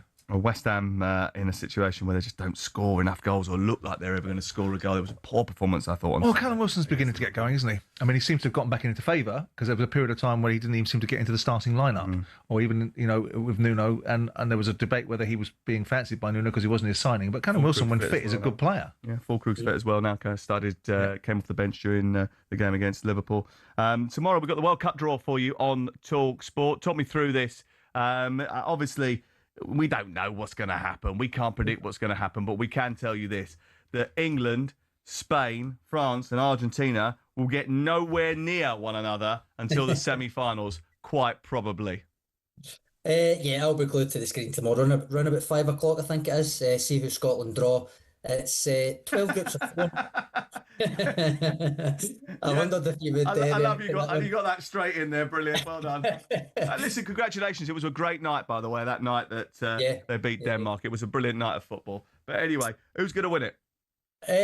We'll get to that. I mean, it's 12 groups of 4 pots in the draw, one team from each pot in a group. England, obviously, in pot 1, Scotland in pot 3, and if Wales or Northern Ireland or the Republic of Ireland get there, they'll be in pot 4. Spain, very much pre-tournament favourites at this stage. They're at 9-2.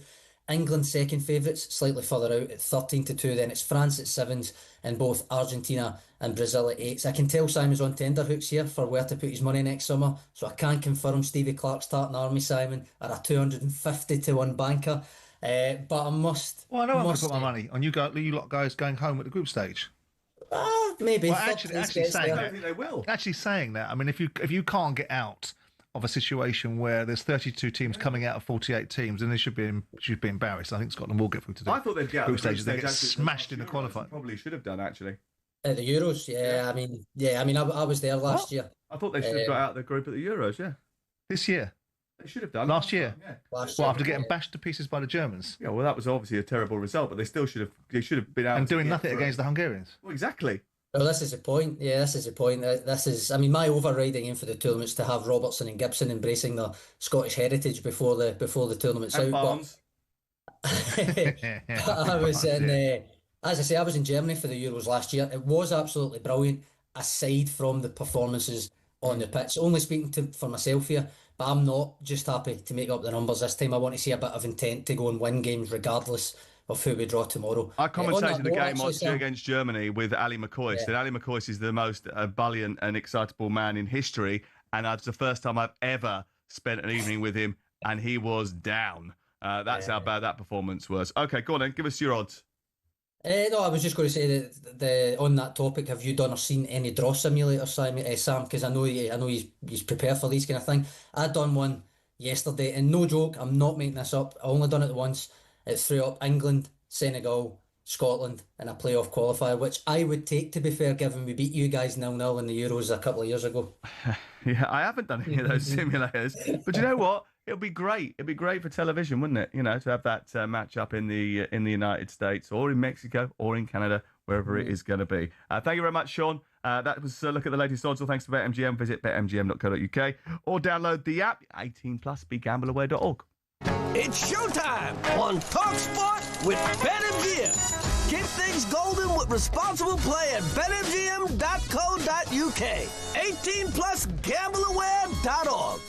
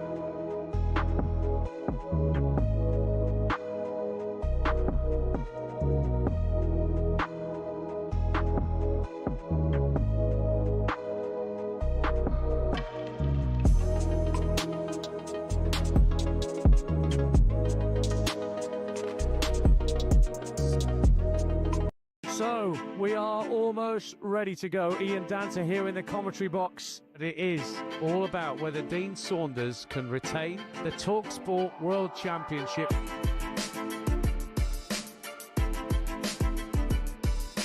To win the leg. She's got it! Gets it! Double nine! He refuses the handshake.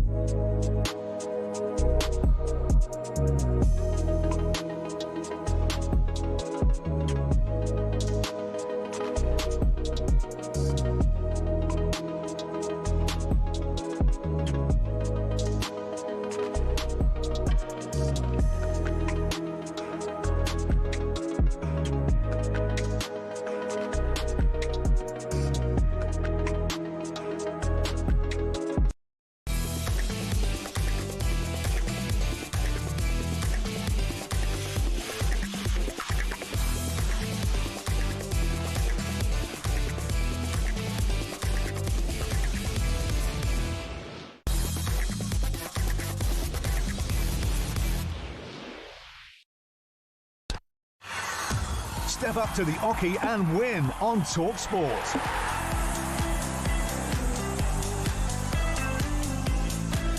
Your chance to win is coming your way. We're a week away from the talkSPORT Darts Presenter Trophy, and we're giving you the chance to be there. You and a mate could be the only members of the public allowed in next Wednesday, the 10th of December, in London. 8 of talkSPORT's biggest names take to the Oki.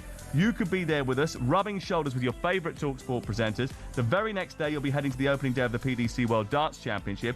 2 nights in a hotel will be covered, and £2,500 will be yours in cash. For your chance to win, just text WIN to 83338. Text costs £2 plus your standard network rate. You can call 0343 423 9761. Lines close today at 4 p.m. That's when you'll need to answer your phone if it rings. 18 plus, UK excluding Northern Ireland. This is a network promotion and full terms and conditions apply, and they're available for you at talksport.com. Yeah, just to mark your card, we're talking a little bit there with Sean Martin about the World Cup draw on He's tomorrow. looking more like Ming the Merciless, isn't he? Is it the green? 4 p.m. tomorrow, we've got World Cup Drive here on talkSPORT. The draw for the 2026 World Cup taking place during the show. Going to be Stuart Pearson's studio, Alan Pardew's going to be in the studio, Charlie Mulgrew, Andy Brassel, the European football expert, will be here as well. There's full, extensive coverage of the draw. England and Scotland and the rest of the nations find out their opponents. That's tomorrow from 4. And then from 7 tomorrow night, Andy Goldstein and Darren Bent bring you the World Cup after party as they give you the best reaction with a host of special guests and exclusive interviews as well. That's tomorrow on talkSPORT. Saturday on talkSPORT, we've got a big game for you. Aston Villa against Arsenal. Aston Villa winning last night. They take on an Arsenal team, 18 games unbeaten. But they lost both Christian Mosquera and Declan Rice to injury yesterday. And when you add that into Saliba, Gabriel Havertz and Trossard, injuries seem to be beginning to bite. This is Mikel Arteta speaking to us afterwards. The thing is playing a lot of minutes, but as well when. Now we play Wednesday night and we have to play Saturday morning as well. We can play minutes, but if they can please give us just a little bit more time to recover and to make the welfare of these players a little bit easier, that would be great. We can help the players and everybody, the league and everybody, to do what we have to do. Give us another day, and especially the teams that are playing so much in Europe.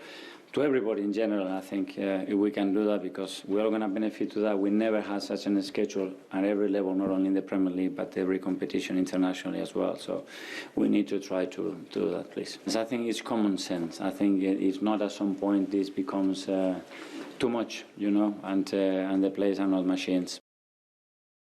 Do you understand where he is coming from?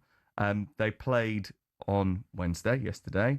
Now they play Aston Villa at 12:30. Then they go to Brugge to play in the Champions League the following Wednesday. But then they do get an 8 o'clock Saturday night kickoff the following week. And then there's 7 days between their next games. What do you make of it, Well, I mean, they probably have some veracity in the observations about how it affects the performance, but that's the schedule and that's the nature of the beast. And ultimately, it's not designed to just facilitate outcomes for the biggest clubs that are getting the best rewards, the most money, and the Champions League berth. That's not what it's designed to ultimately achieve. You have to get the balance right, because we all know, really, when it comes down to it, that the Premier League's value is pretty much enshrined in the broadcast value around 6 or 7 clubs. We know the Premier League is a very valuable league, and we know it's a very competitive league, but the marketing rights of the Premier League are really enhanced by the Arsenals, Liverpools, Manchester Uniteds, Chelsea's, Tottenham's, and Manchester City's. So don't we want to make life easier for them? Well, there's the argument. But then the other side of the argument, and that's a reasonable argument, because we know that everyone benefits from that. High tide, all boats rise. The other side of the argument is how do other boats rise if they don't have the revenue streams? Because the PRS has been engaged by these clubs. These clubs have enabled a cabal to be kept in place so that no one else can join their gang. So they get the benefits of all the revenue streams that are there, because they're already at 500, 600 million pound turnovers. The Newcastles of the world can't join their gang because they can't buy their way into that gang in the same way that Man City and Chelsea did previously. So the Newcastles of the world have to stay in their lane, stay in their place, can't get the talent, can't get the resources around them to be able to compete with Man City and to Arsenal and other sides now that are now there with the track dog pulled up. And so what they want is it all. They want all of the revenue, all of the upsides of being a big club, and none of the consequences of it, which is ultimately that the broadcasters want you on television, they want you in those slots, and they want you to be the poster boys for the league. So he's right in one respect, but he's also not ignoring the fact that you get the biggest squads, the best players, the biggest wage bills, the best opportunity to compete in the leagues, and it comes with a price. And unfortunately, unless you're going to tell us how that works, unless you're going to tell us how we can repackage football to acknowledge the existence of individual requirements for individual football clubs. If you're Brentford, Palace, other sides, not so much Palace this season because they're obviously playing in Europe, but if you're other clubs that don't have quite the schedule, but don't have the resource, don't have the depth of squad, don't have the quality of player, don't have the talent pool that you've got in your squad that could probably fill most teams with your second string 11, you're going to sit there and go, on the other side of it, you're going to sit there and go, well, we know we get the collective benefit of your wonderful brand around the world being carried and broadcast rights being at such a level that we all get some drip down economics out of it. It's an imperfect world. It's you're not going to square this circle. He is not going. What is the purpose of that? They are not going to change your fixture on Saturday. So what is the purpose of it? The other question is obviously they spent quite a lot of money in the summer, and he's got a very deep squad. In fact, I think he's got the best and most balanced squad in the Premier League. But yet, Ben White's only played a handful of games. Yeah. Norgard could have started last night in place of Zubimendi, didn't do. But he looked brilliant last night, Ben White. Madueke came into the starting lineup. He's been out for a little while, and he was absolutely terrific last night. So, maybe he did need to rotate a little bit. He could have rested Declan Rice last night and played Norgard. He chose not to do that. I mean, sure. I mean, I think he's right to play his best team to keep on cementing the opportunities that are in front of him, not do what Chelsea did. But that's a choice. It is a choice, which is why you want him to be quiet. But they're not going to. We've seeded this into their mentality. Now we've indulged it, we patronised it, we lionise it, we turn around and give it sympathy and empathy, and we debate it rather than saying, shut up and get on with it. And the fact that we haven't done that in the past, and certain sections of the media will turn around and empathise with it without actually providing the counterbalance argument as to why it happens and what the benefits of being a big club are, that you've now seeded it into the mentality. You've now seeded it into the mentality that we've seeded it into football players' mentality. They mustn't be criticised. Because if they're criticised, it's unfair. If they're praised, it's okay. But if you criticise them, then it's unfair. It's hating. Not hating, it's called criticism. You get both in equal measure if people are fair in society. So the point is that, he could have changed. I mean, Ben White's an unfortunate set of circumstances. They turned him into a right back, then they got a better right back. And then they've got centre backs that now he can't displace. That's football though, right? But that's football. But he, and never was a more deserving individual. Couldn't be bothered to play for England.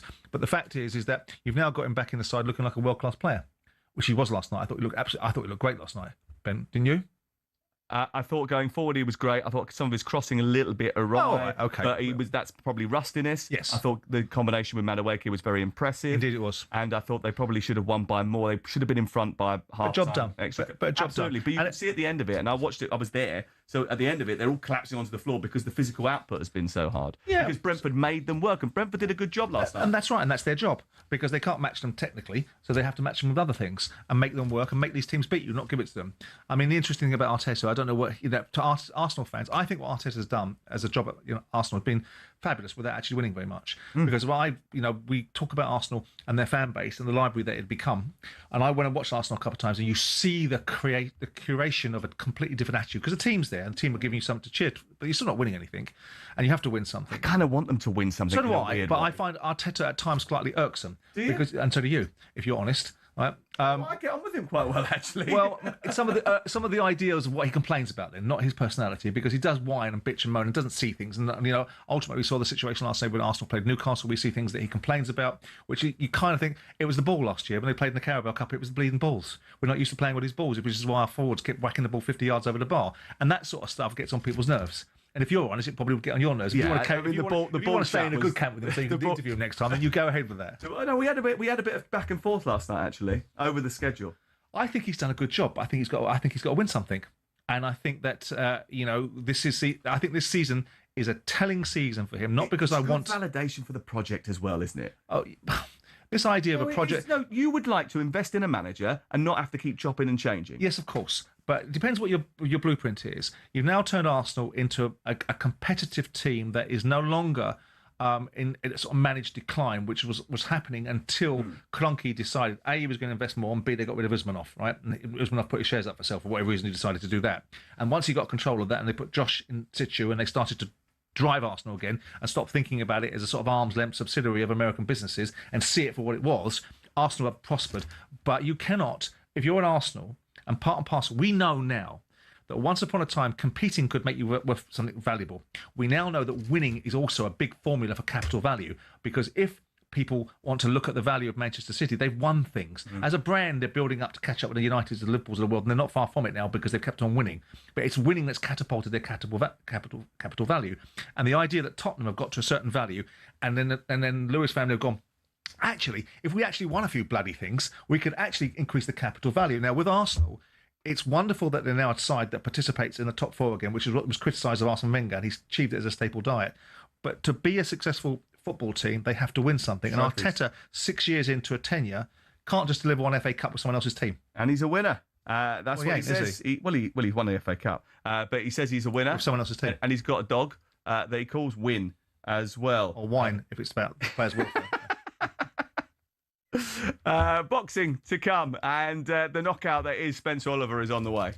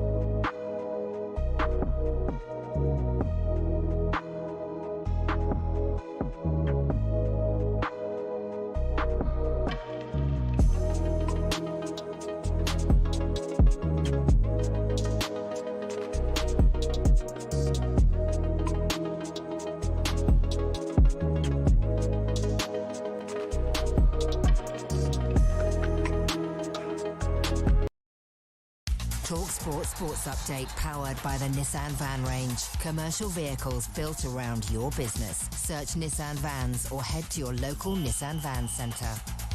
With your headlines at 3 minutes past 12, I'm Nick Ellaby. Good afternoon. Joe Root's got the monkey off his back with a first ton down under. Root ended day one of the second test 135 not out. Jofra Archer chipped in with 32 off 26 balls at number 11. England closed on 325 for 9.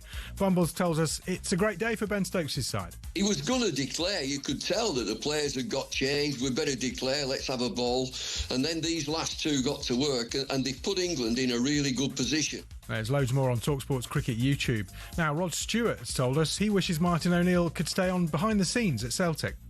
Because he's done something to those players, Rio Tati, and especially Tati, where he believes himself again and he plays on fire. So it would be wonderful if we could keep him. Wilfred Nancy's come in after O'Neill guided Celtic back to the top of the Premiership as interim. The PDC World Darts has finally been moved to the Great Hall at Ali Pali. That means 5,000 people can attend each session, and the darts will stay at Ali Pali till at least 2031. TalkSport's live coverage starts next Thursday. And Matchroom chairman Eddie Hearn has told us he's getting calls from fighters at rival promoter Boxer wanting to jump ship. Hearn's hit back at criticism that he's had things easy from Ben Shalom. When he says, I've achieved everything off my own back, he ain't achieved nothing yet. I mean, let's see how we get on. I think my legacy speaks for itself, but yes, I do work for my father. I'm absolutely over the moon to do something. He's a hero of mine. You can catch up with that interview on the TalkSport YouTube channel. TalkSport News. The number of people in hospital in England with flu is more than 50% higher than this time last year, and the Health Secretary is reviewing rising demand for mental health, ADHD and autism services. There's more from the news team in half an hour. TalkSport weather with QuickFit. Visit quickfit.com for huge savings on tyres, servicing, batteries, wipers and more in our Black Friday event. And drive away happy every time. Conditions apply. Wet and windy conditions moving north and east. Brighter this afternoon across southern England, Wales and Northern Ireland. Breezy day and colder than yesterday.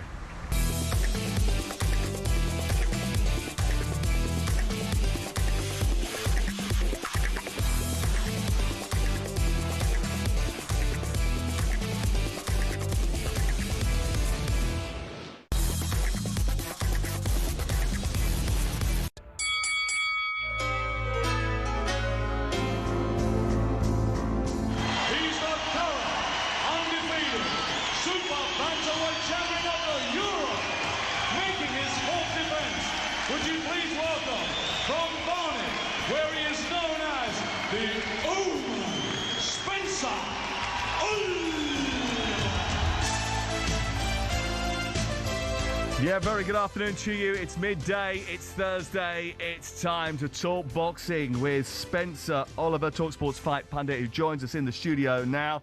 Hey, very good afternoon to you, fella. Good afternoon, gentlemen. I missed the memo. You did, you missed the memo. Did I not get the phone call? No. What's happened? Are you talking about similar clothing? Yes. Similar? Yeah. Very similar. Except mine's well fitted. It's just me, obviously, just trying to look up to my mentor. That's He's knocking the fact that you shop in Zara or something. I don't know what he's going on about. Yeah, but, you know, I would say I'd take you down there, but you wouldn't be seen dead in anything from there. Okay, let's talk about Chris Eubank Jr. because he says he's not going to box again until he's 100% back to full health. He posted a video of himself in hospital, seemingly unconscious, along with a statement, but didn't provide any details on his conditions. And of course, this has been sort of doing the rounds ever since the fight, in which he really was second best. The video is on the YouTube channel if you're watching right now, by the way. We're showing it at this moment. After the fight against Conor Benn, he suggested he'd been dealing with problems leading up to the fight, but didn't want to expand on it. You know, we heard from Haaland almost a week later. There was, again, allusions to something that was going on, but no one's quite wanting to talk about it. So what is the situation here? He said, I've been dealing with a lot of health issues over the last year, and it finally all caught up with me last month. I suppose the big question is, if it was that bad, why did he get in the ring in the first place? 1,000,000%. Look, wealth over health is the situation here, isn't it? Like Chris Eubank Jr. is obviously there's an underlying health problem, which Simon has alluded to in the last couple of weeks. And it was clearly an issue. And he's got in there, taking the fight, taking the money, knowing that he's not at 100%. You know, the questions that need to be raised are, the British Boxing Board of Control. Why didn't they know this? Why haven't they spotted this? You know, they have these regular checks, weight checks. We know how much he struggles to make the weight, and that was a big problem. That was a big problem in the last fight, you know, and there was big concerns about him struggling to make the weight. Going in there with underlying health problems as well is a big concern. You know, a big concern. And it's not just the Boxing Board of Control, is it? Because this was Ben Shalom on the show last week. I think anyone with any sort of brain can see that wasn't Chris Eubank Jr. He was a shell of himself. I think he threw 30% of the punches that he threw in the first few rounds in the first fight. He was finished. He was done. He didn't even have the energy to fight back. And I don't want to make excuses because at the end of the day, a lot of fans paid a lot of money to go and see that fight. And what an event it was, what a spectacle it was. But all I'll say is that we knew on the day that he was not right. And that it's not for me to go into why and how. He wasn't right before it. He was not right before the fight. You knew on the day he wasn't right before the fight. We knew it was going to be a tough ask to see the Chris Eubank Jr. that we all know. Okay, so in which case, then why did Ben Shalom allow him to get into the ring and fight? Because it's not Ben Shalom's gift to dictate to another man what he does and doesn't do. The idea that he may not have been right. I mean, imagine there's plenty of fighters on fight day that may not be mentally or physically right at 100% to go into a ring, but can perhaps back on themselves to produce an outcome. Some people would say that when Anthony Joshua went against Andy Ruiz, he wasn't psychologically right, and they saw the ramifications of the outcomes during the course of the fight, and that was an excuse that was brought forward for Anthony Joshua's loss, or an explanation, depends upon your perspective.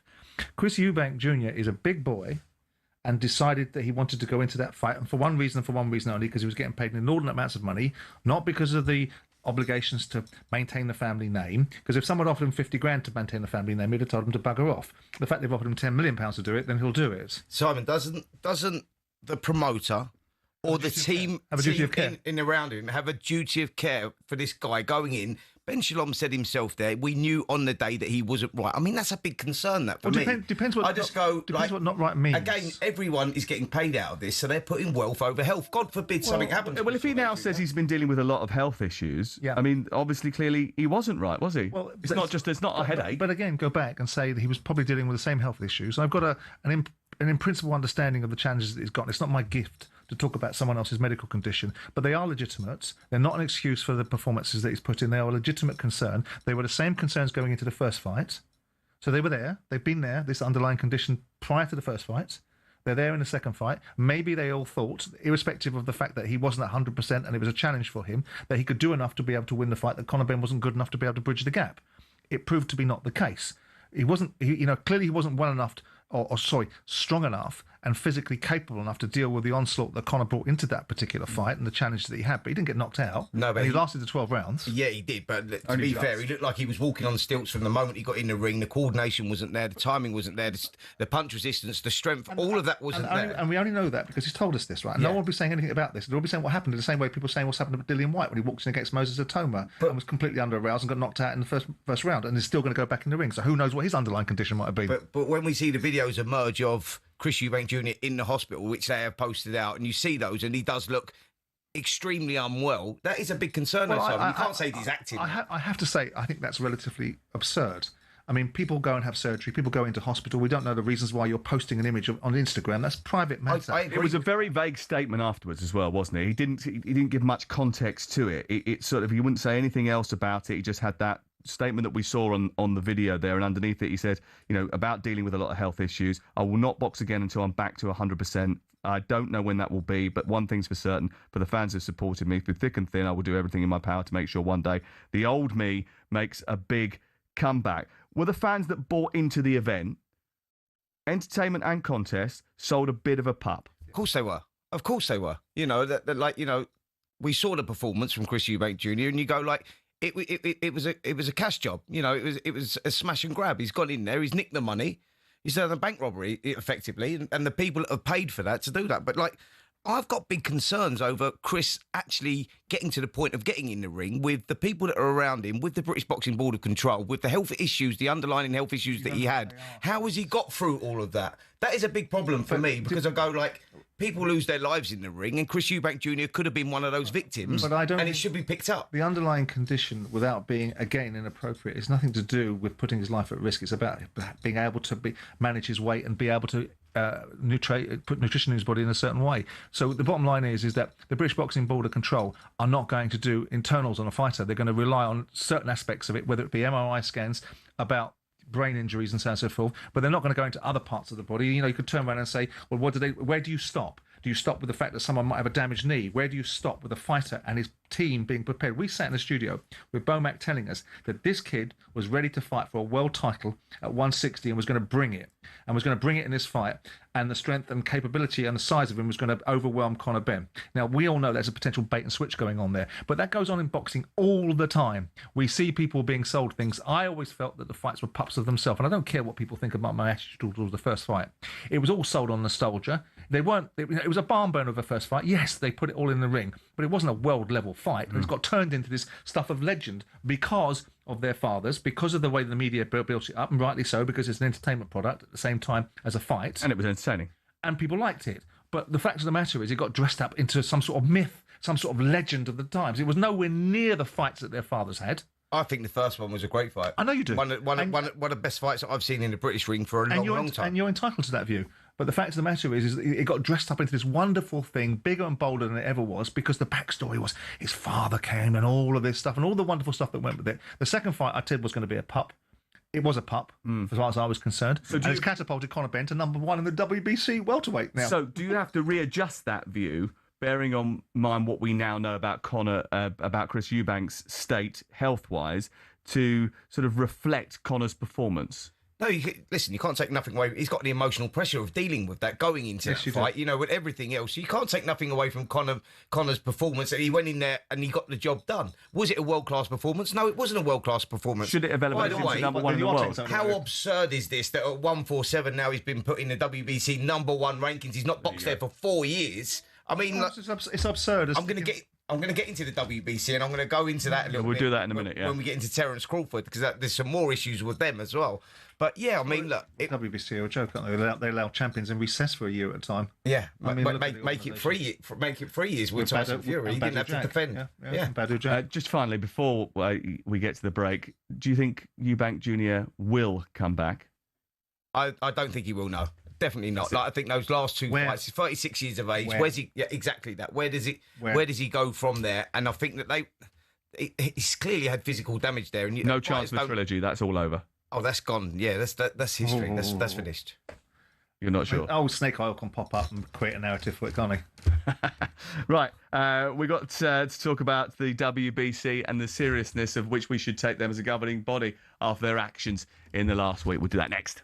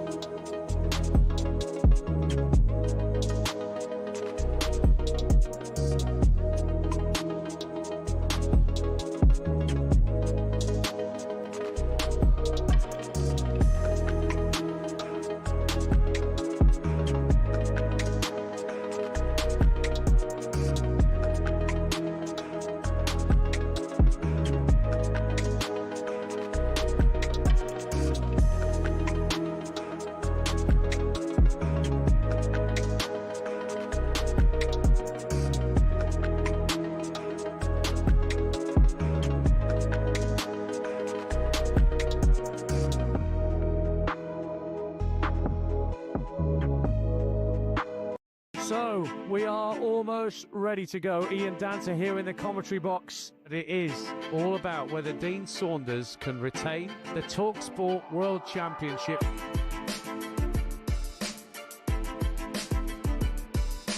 To win the leg. She's got it! Gets it! Double nine! He refuses the handshake.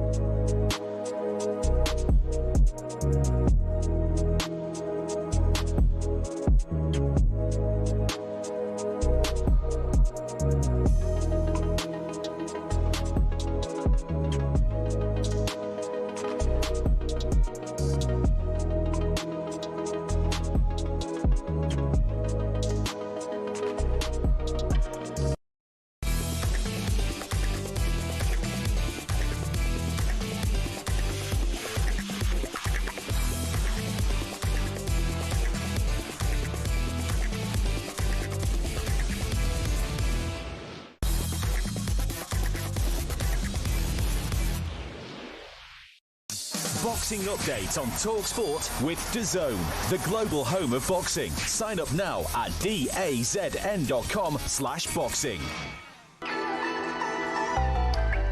This Saturday, Brits Shabazz Massoud and Peter McGrail headline in Monaco for the EBU European title with a stacked undercard featuring Pat McCormack and Johnny Fisher. You can watch this Saturday only live on DAZN. This is from Simon in Warrington, who says, Simon, you are doing nothing for the rumours of your relationship with Ben Shalom. Get your nose from his backside. So him putting on a fight with a fighter who was clearly unwell is fine, but you objected to Eddie putting Ben Eubank on regarding the drug situation. It's the exact same thing, he says in massive capital letters. Both completely wrong and dangerous. How is someone allegedly taking performance-enhancing drugs the same as a fighter not being 100% fit for a fight, but choosing to make the fight, and a promoter potentially acquiescing to a fighter demands? Chris Eubank saying, I want to make this fight. How is that comparable? I think the point is that in both circumstances, there's jeopardy, and a fighter could get seriously injured, if not lose his life. I think that's the point. Well, again, it comes down to the mechanics of what people think the jeopardy was, given that the observer doesn't know the element of the fighter and only saw the outcome, and the fact that Chris Eubank lasted 12 rounds, I think is a different comparison. I understand the point he wants to make, and it's got nothing to do with Ben Shalom, because I'm as critical of Ben Shalom, despite people's protestations, as I am of Eddie Hearn or Frank Warren. Let's see how critical you are of the WBC, because the WBC convention held its annual mandatories yesterday, where a host of fights were ordered. What do we make of the matchups, and what do we rate of the chance of the bouts actually happening? The WBC president, Maurizio Suleiman, has been talking about Terence Crawford as well, who was stripped of his WBC super middleweight title, which he won from Canelo in September, but he was stripped of it for not paying his sanctioning fees. Suleiman explained the situation to the Boxing Scene channel.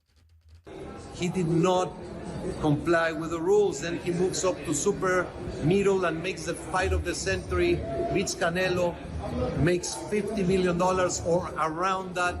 The WBC absolutely is not going to charge 3% of such an amount.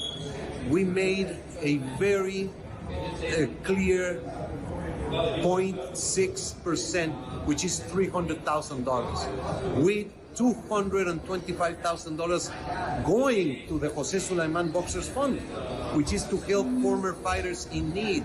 And it is just regrettable. Not even a thank you or I'm sorry, taking a different route. No response. I wish him the best. But this is not. The WBC is huge, it's great, it's about greatness, and I'm relieved, to tell you the truth. That's the WBC president, Maurizio Sulaiman, explaining why Crawford was stripped of his title. This is Terence Crawford's response, and it's expletive-laden. So since you, the WBC, and you got green belt, which don't mean real belt is the ring belt, which is free. What are you talking about? You want me to pay you more than the other sanction bodies because you feel like you better than them. How in the world all the sanction bodies agreed to the same amount, but you sit up there and say that I need to apologize to you? You can take belt. It's a trophy anyway. Am I paying you every time I step foot in the ring? Obviously not happy about the idea of having it taken off, and despite his protestations. Does he or does the president of the WBC have a point? Look, the president of the WBC, Maurizio Sulaiman, does have a point because historically it's always been 3%. That's what the fighters play, and that is what it is, and that's what it's always been.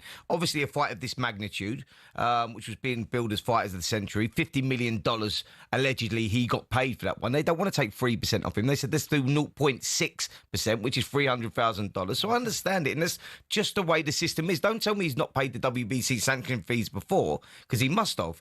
But now what he's saying is, I don't want to pay that, because I want to, the Ring Magazine are the ones that have got it right. The Ring Magazine obviously is one of the most historic belts and considered the number one of the 4-belt era, the Ring Magazine, but they don't charge. So that's where he's at, and that's the point he's making. But then how did the WBC then make their money if they don't make commissions off? It's like everyone charges for everything. All the other sanctioning bodies would have charged him as well, whatever that was.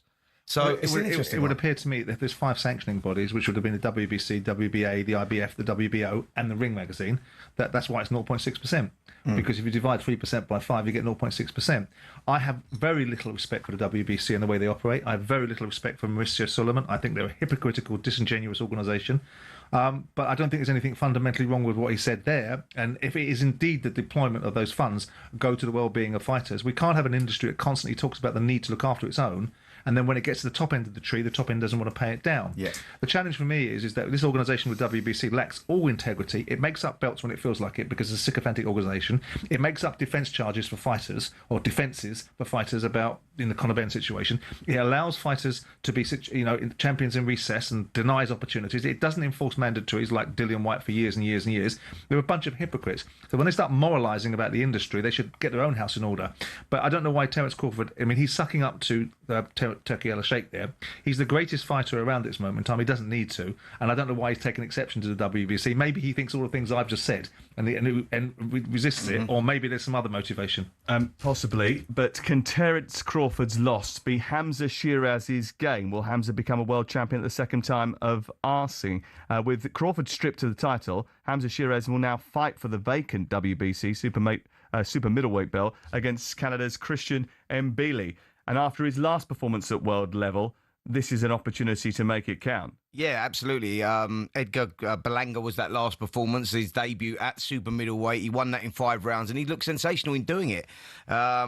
It's a good fight. On paper, this is a very good fight and a great opportunity for Hamza Shiraz. That's the way that the game works. People get stripped and titles become vacant, or, people get elevated to champion. It's historically always been that way. It's not an ideal circumstance for Hamza Shiraz to win the WBC title, but, so be it. It will go down in history if he does claim it. Monetarily, no. I mean, we've seen Hamza step up at middleweight to a level that we thought he was going to beat Carlos Adames, and he didn't. He came up short. An underwhelming performance. It was, but then people will perhaps say that at the weight it was a difficult one for him. No one had said that before, but now that he had the the manner in which he performed against Carlos Adames, then the outcome was different. Against Edgar Berlanga, he put on a very credible performance. I think he beats this Canadian guy. He misses out on an opportunity to fight Terence Crawford, but who knows whether they'd have got that next anyway? Who knows what the sanctioning body's list of order would have been? Would it have been the WBC, the WBO, the IBF, or the WBA that he had to defend first?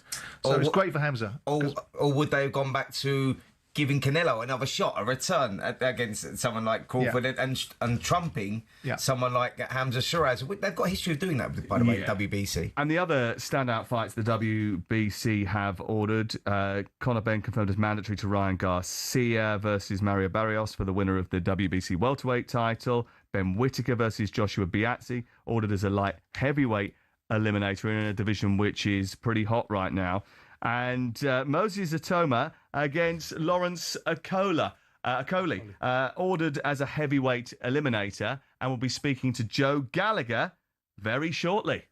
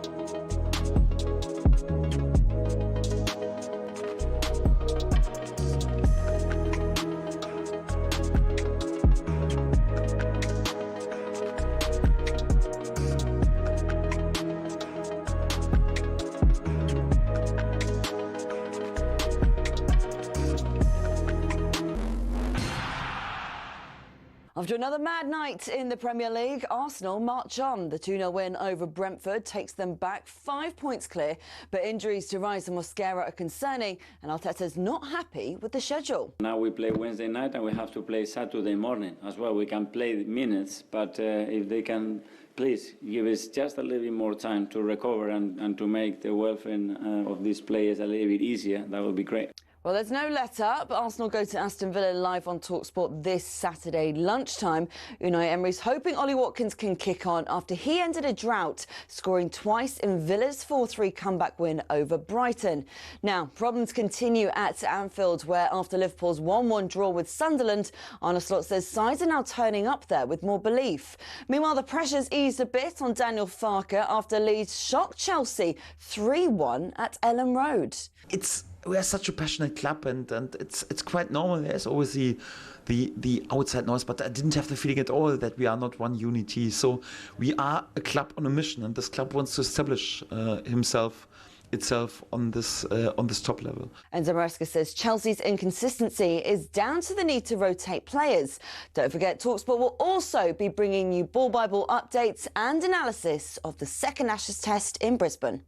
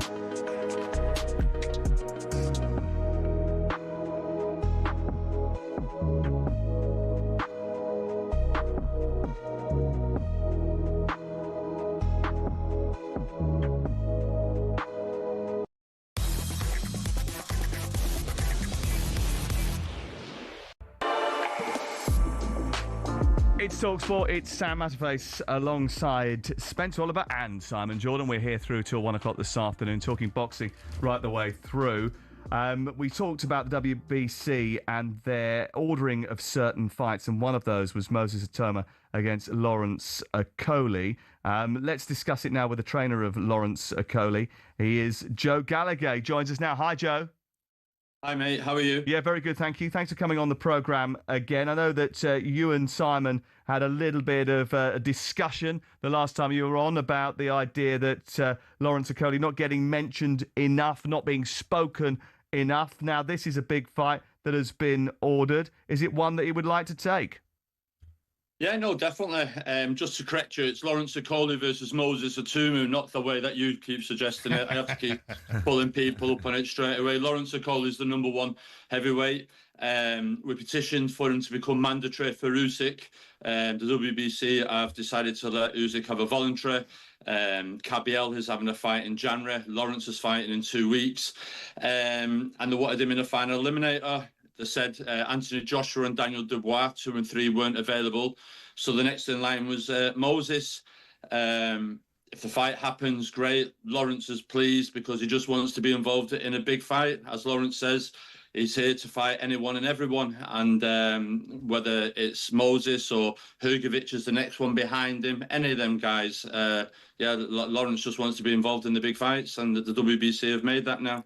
Yeah, Joe, I had a catch-up with Lawrence actually out in Nigeria, and he was talking about the opportunities to fight in these big names and saying that actually he was being avoided by all the big names. What's the likelihood of this fight really materialising here? Do you think that Moses Atoma, who's being highly touted as the next kid to be, the next generational great, what's the opportunity? What do you think the likelihood is, that he boxes Lawrence Okolie?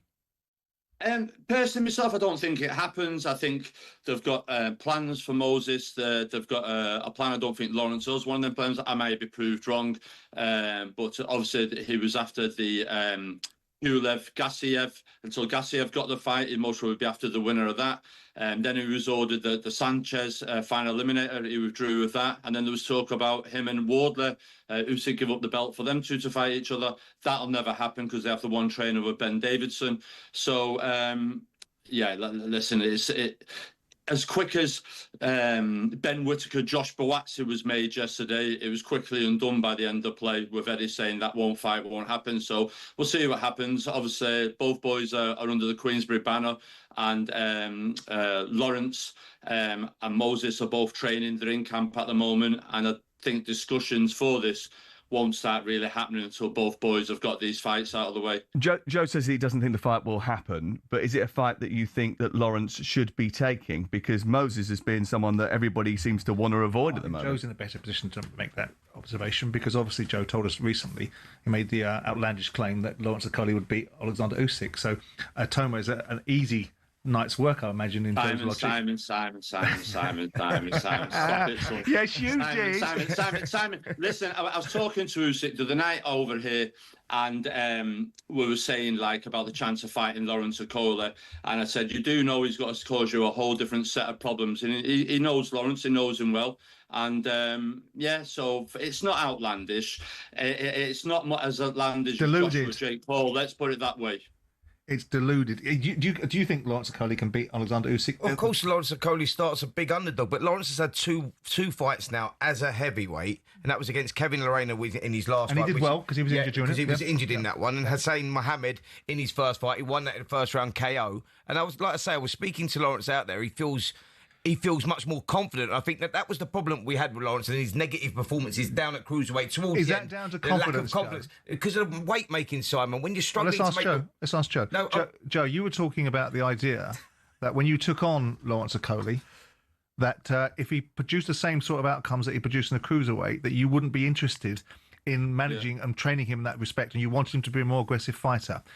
Are you seeing what you envisaged or what you dictated were the conditions of you training him manifesting themselves? The 3 fights that he's had for me, 2 are first-round knockouts, and last time he beat the WBC Bridgeweight champion Kevin Lerena, who dropped Daniel Dubois 3 times. He beat him with every round with one arm. So what he's doing in the gymnasium, the styles that we're trying to implement for him to do, and just like Spence said there, weight making these big boys from 14-4. You look at Lawrence now, you look at Richard Riakporhe, the size of them now, they've allowed the body to breathe and grow and develop. And you look at young Eubank Jr. just recently, it's just killing him at making the weight. And I think that was the very same with Lawrence Okolie. Also Zelfa Barrett, they've all moved up in weights and they've all got a flourish. But we've got to make... You were specific, though. You made the point yourself about the approach you expected from the fighter. You didn't make it conditional upon the fact he was having difficulty making weight. You made the point that you expected a mindset from this fighter. So that must indicate there was a mindset that needed to be changed slightly. 100% an elite mindset, Simon. Elite Simon. I don't think there's many boxers in this country at the moment with the elite mindset. And when I see an elite mindset of the likes of a Mayweather, of a Canelo, of an Usyk, of a Hagler, a Hearns. We've gone through a golden era, and like anything, the cycle will come around again for another 12, 18, 24 months. But there's not really a handful that you just mostly turn around and go, they've got elite mentality for whatever reason. It's a hard sport, and we've seen that over America. A lot of people don't take up boxing in the heavyweight division now. They're all basketball or NFL or But whatever. hasn't elite mentality got to be backed up by an underlying elite ability? Yeah, but also to jump in on that one, that elite mindset that you have to have, if you've got a weight issues or you're struggling at weights, etc., that mindset is not 100% and is not in the right place. So it goes back to what I was saying with these cruiserweights that were struggling to make the weight, now have gone up to heavyweight. They've deleted that from their minds. And speaking as an ex-fighter, I know for a fact that when you have a problem like that, making weight, it does affect your performance. It affects your confidence. So, nothing's quite set in stone. So for Lawrence, with that out of the way, he could prove to be a difficult opposition for any heavyweight out there. Again, I pose the question, Joe. To have an elite mindset, I understand. And I understand, well, I don't understand because I've not got it in that particular space. But I can imagine it and imagine what you're saying. But hasn't that got to be underpinned as well, with putting into consideration the weight situation, or having an elite ability? Has Lawrence got an elite ability to match the mindset that you're curating for him to be able to beat the best heavyweight? Kevin Lerena was a good job. Kevin Lerena is a difficult customer, and he did it with a handicap. But with due respect to the Bridgerweight, I didn't think that was much opposition. Yeah. No, I agree with what you're saying, Simon. With the ability, you've got to remember Lawrence Okolie, an Olympian, didn't have much pedigree, went to the Olympics, is a 2-weight world champion, and listen, he's had one bad night at the office with Chris Billham-Smith there, but since then he's performed, and all the work we're doing in the gym. The thing is with him, Simon, he's willing to learn, and this thing you can't teach old dogs new tricks. You can, do you understand? And he is adapting, and he is applying, and the willingness to learn is there, Simon. I'm giving him stuff to watch and learn and come back and do homework, and he's bringing it in on time. He's not coming in the gym and saying, "Did you watch that?" And he go, "Oh, I forgot." So that's one of the key elements. He's listening, he's learning, and he's taking everything on board. It's like a sponge taking taking things on. It's an exciting journey, and I'm trying to install into him the pride of owning the WBC World Heavyweight title, of who's gone before him, of your Ali's and everything else, and understand the magnitude of the what he'll be carrying on his shoulders of being that WBC World Heavyweight Champion, and the pride in that, and to get that, he has to perform like this, have a mentality like this, and a skill set like this, and be able to adapt in the fights. And you talk about the journey that you've already been on and what you're trying to do to take him on one, but what does the path look like going forward? If it's not going to be a Toma, you've got a fight on December the 19th in Nigeria. What does the pathway look forward? Well, if the Tuma fight doesn't, next in line is Hrgovic. So they said yesterday, if it isn't Moses or Tuma, it must well be Filip Hrgovic. That's another good fight. Two tall, upright kids. Hrgovic last time out, I thought I was very impressed with him in Riyadh. He's with Abel Sanchez now. His conditioning and his work rate was very good. I think when he fought Dubois, he started to blow in the middle rounds, and Daniel got him. But I thought, apart from them rounds where I think it was landed a handful of shots, he recovered and came back well. But I do feel that that's a good fight for Lawrence as well. The thing is, it's a final eliminator, and whoever's in the opposite of the corner wins this, he's next in line for a shot at the World Heavyweight title. Joe, thank you very much for coming on the programme again. We appreciate it. It's Joe Gallagher, who's the trainer of Lawrence Okolie, joining us live this morning on talkSPORT. Oh, Joe, you got something else to say? What do you want to say before you go? Yeah, no problem. Just quickly while we're over here, Spencer, just over at the convention, what I've asked for them to consider as well is that from bridgerweight and heavyweights to wear 12-ounce gloves, not 10-ounce gloves no more, and to bring in a new weight division between light heavyweight and cruiserweight. There's a massive gap of 25 pounds before it, a division called light cruiserweight, and that's been put on the board for the WBC out here at the convention. That's brilliant. Yeah, you're out in Bangkok at the moment then, Joe, yeah? Yeah, I'm about to fly back. I've got a lad fighting Saturday night in Liverpool. Good stuff. Cheers, Joe. Thank you very much. Appreciate that. Joe Gallagher joining us live on talkSPORT this morning. You're listening to White and Jordan on talkSPORT with Selco Builders Warehouse. Check out this month's real deals at selcobw.com. We'll rattle through some boxing at any other business next.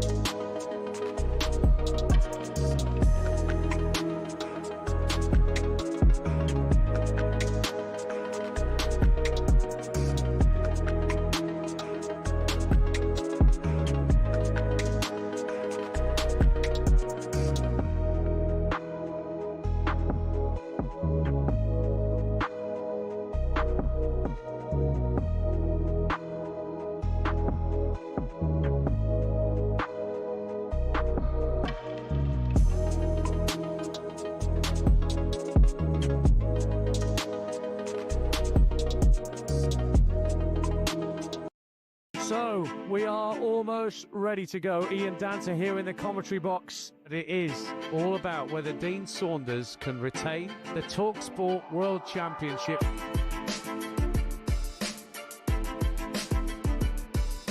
To win the leg. She's got it! Gets it! Double nine! He refuses the handshake.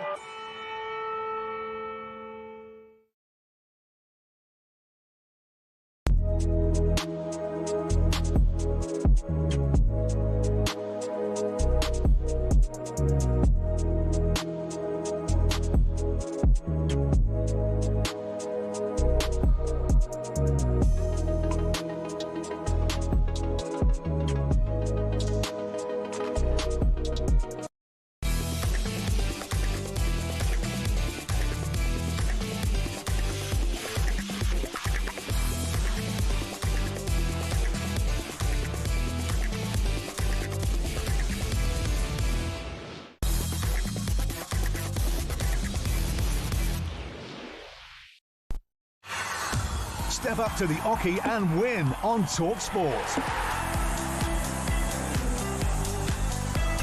Absolutely. You're a week away from the Talks Darts Presenter Trophy, and this is your chance to be there. You and a mate could be the only members of the public allowed in on Wednesday, the 10th of December in London, as 8 of talkSPORT's biggest names take to the Oki. You could be there with us, rub shoulders with your favourite talkSPORT presenters. The very next day, you'll be heading to the opening day of the PDC World Darts Championship. 2 nights in a hotel will be covered, and you'll have 250 grand as well. For your chance to win, text WIN to 83338, and text costs £2 plus your standard network rate, or you can call 0343 423 9761. 2 nights in a hotel, the opening day at the PDC World Championships, 2.5 grand in cash for you, and you get to rub shoulders with your favourite talkSPORT presenters as well. Lines close at 4 p.m. today. That's when you'll need to answer your phone if it rings. 18 plus, UK excluding Northern Ireland. It's a network promotion. Full T's and C's apply, and it's at talksport.com. Spencer Oliver is in the studio with Simon and I for the next few minutes.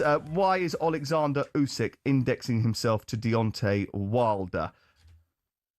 Just Alexander Usyk wants to box Deontay Wilder because he wants to clean up this modern era of boxing. Fast forward 20 years and people are going to look back at this era, and Deontay Wilder will then be on the list. Otherwise, it will be like a little missing link, if you like. Look, Deontay Wilder is well past his best, but in years to come, people are not going to remember that. And I think for Alexander, what else is there left to do? He doesn't want to fight Fabio Wardley. He's looking at commercial value, and the big name is Deontay Wilder, where Fabio Wardley is the most dangerous opponent for sure, but he feels that he's not earned his stripes yet, and he feels that, Deontay Wilder, he just wants that name on his list. Is he still a big name? Is he still a big draw? I think he probably is for various reasons that you can blindfold the public and get them to buy things. Sure. And the interesting thing for Alexander Usyk, which we discussed the other day, is this goes against what we believe to be the principles of Alexander Usyk's underlying drive, which is to be the best in class, because Deontay Wilder is no longer that. Now, we're fortunate that he's had this opportunity to fight Daniel Dubois twice, Anthony Joshua twice, and Tyson Fury twice, because it's ticked 2 boxes: A, the commercial value, and B, the integrity of the sport. Fighting Deontay Wilder rather than fighting Ajak Kabial or fighting someone of that nature lacks the integrity. But what does Usyk need to prove? He's stuck around when most people think he doesn't need to. He's done the job that he needed to do, which was win the Undisputed twice, bankrolled himself with enormous amounts of money, or banked enormous amounts of money. So the only reason he's fighting Deontay Wilder, besides Spencer's assertion, which is probably right as well, that it ticks up an era in years to come, is that that's the money in the room. That's what Turki Al-Sheikh will pay for. Yeah. Is it worry that Fabio Wardley isn't that draw? No, it's not, because he's just starting his journey. We're talking about different generations here, and Fabio Wardley, like Moses Atama and that, will come into, like, when you're looking at the best heavyweights of the last decade, you go Tyson Fury's in there, Anthony Joshua's in there, Deontay Wilder's in there. They were the big 3 names that were in and around there. And the fights that we haven't got is obviously... It's unfair for Fabio, really, because Fabio's battled against this constant diminishing of him. For every fight we goes into, all of us have picked opposition because we think that each level he goes to, he can't win the fight. The only caveat to that was the Justice Hooney fight, where most people thought he was going to win that fight, and he really struggled. And to all due respect to February, got a little bit lucky. In the fight against Joseph Parker, everyone picked Joe Parker. Here he is now, a bona fide title winner that people are going to discredit because ultimately Alexander didn't step down and let the WBO belt be fought for Joseph Parker and Fabio Wardley. He's a bona fide champion, and he should subsequently get the rewards and recognition, and that meant Alexander Usyk. It should mean that. Yeah, absolutely. Talking of diminishing, the war of words has burst into the open. It continues between Matchroom's Eddie Hearn and boxers Ben Shalom.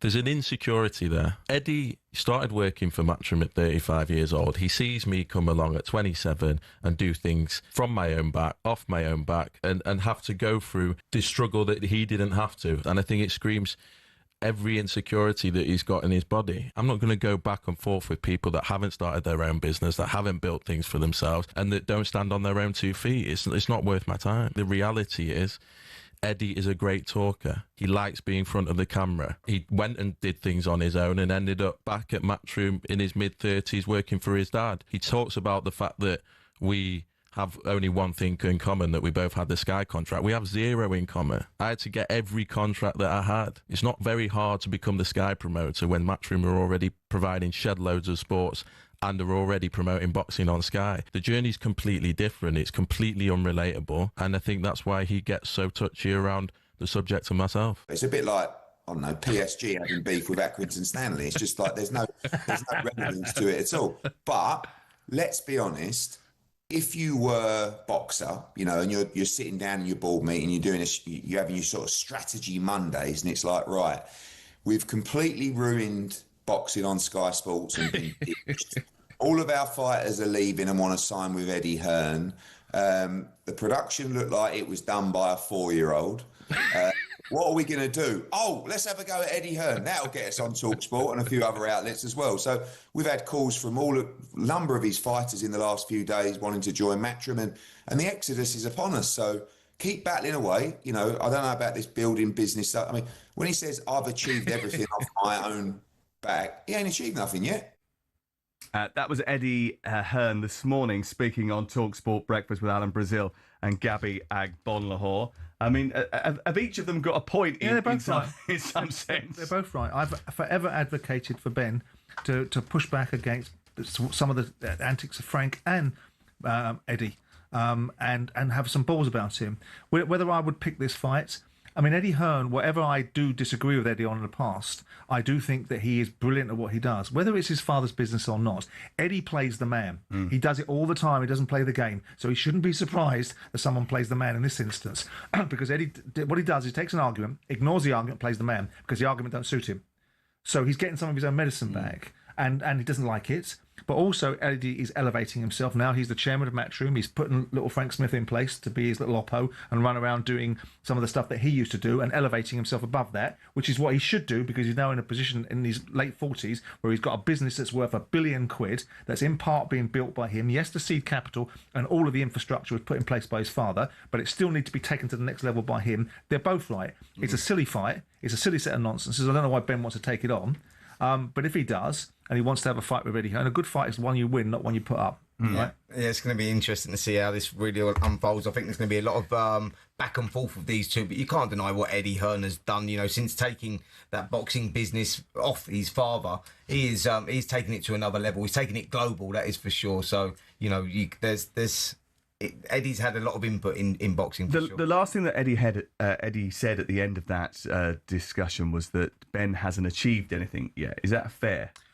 No, I don't think it's fair. I don't think he's achieved the things that the opportunities might have presented for him. But to go into a business, I did it. I was 30 years of age when I bought a football club, and walked into boardrooms with people that had that kind of attitude, which is, you know, you haven't been there, you haven't done anything, you haven't seen anything, you're a young pup, shut your mouth and sit down. Is that one of the reasons why you're slightly close with Ben? Well, I like Ben. I like underdogs. I've been involved in certain aspects of his business, chosen not to be involved in other aspects of it. I like all of them. Despite people's belief that I dislike Eddie, I don't. I think Frank Smith's a little twerp, but that's a different discussion. But because I don't think he's earned the right to comment on my financial affairs, whereas Eddie Hearn may well have done, maybe Frank Warren has. So I admire all of them for their acumen. I think Ben is, 27 years of age to get a Sky contract and be able to run a business and build it, and to be able to fight his way into a difficult industry where they don't want to let you in the door and they want to step on your throat. You've got to have balls about you. You've got to have something about you. But the end game is the guy in the room with the best deals, with the most money, is the winner, and that isn't Ben yet. Spencer, lovely to see you. Great to see you too. We'll see you soon. Simon, enjoy your queue. I'll see you on Monday. I'm looking forward to that. I'll be back tomorrow morning at 10 o'clock with Gabby Agbonlahor. Join us for that tomorrow. We'll put up to the big World Cup draw, and the boys are next.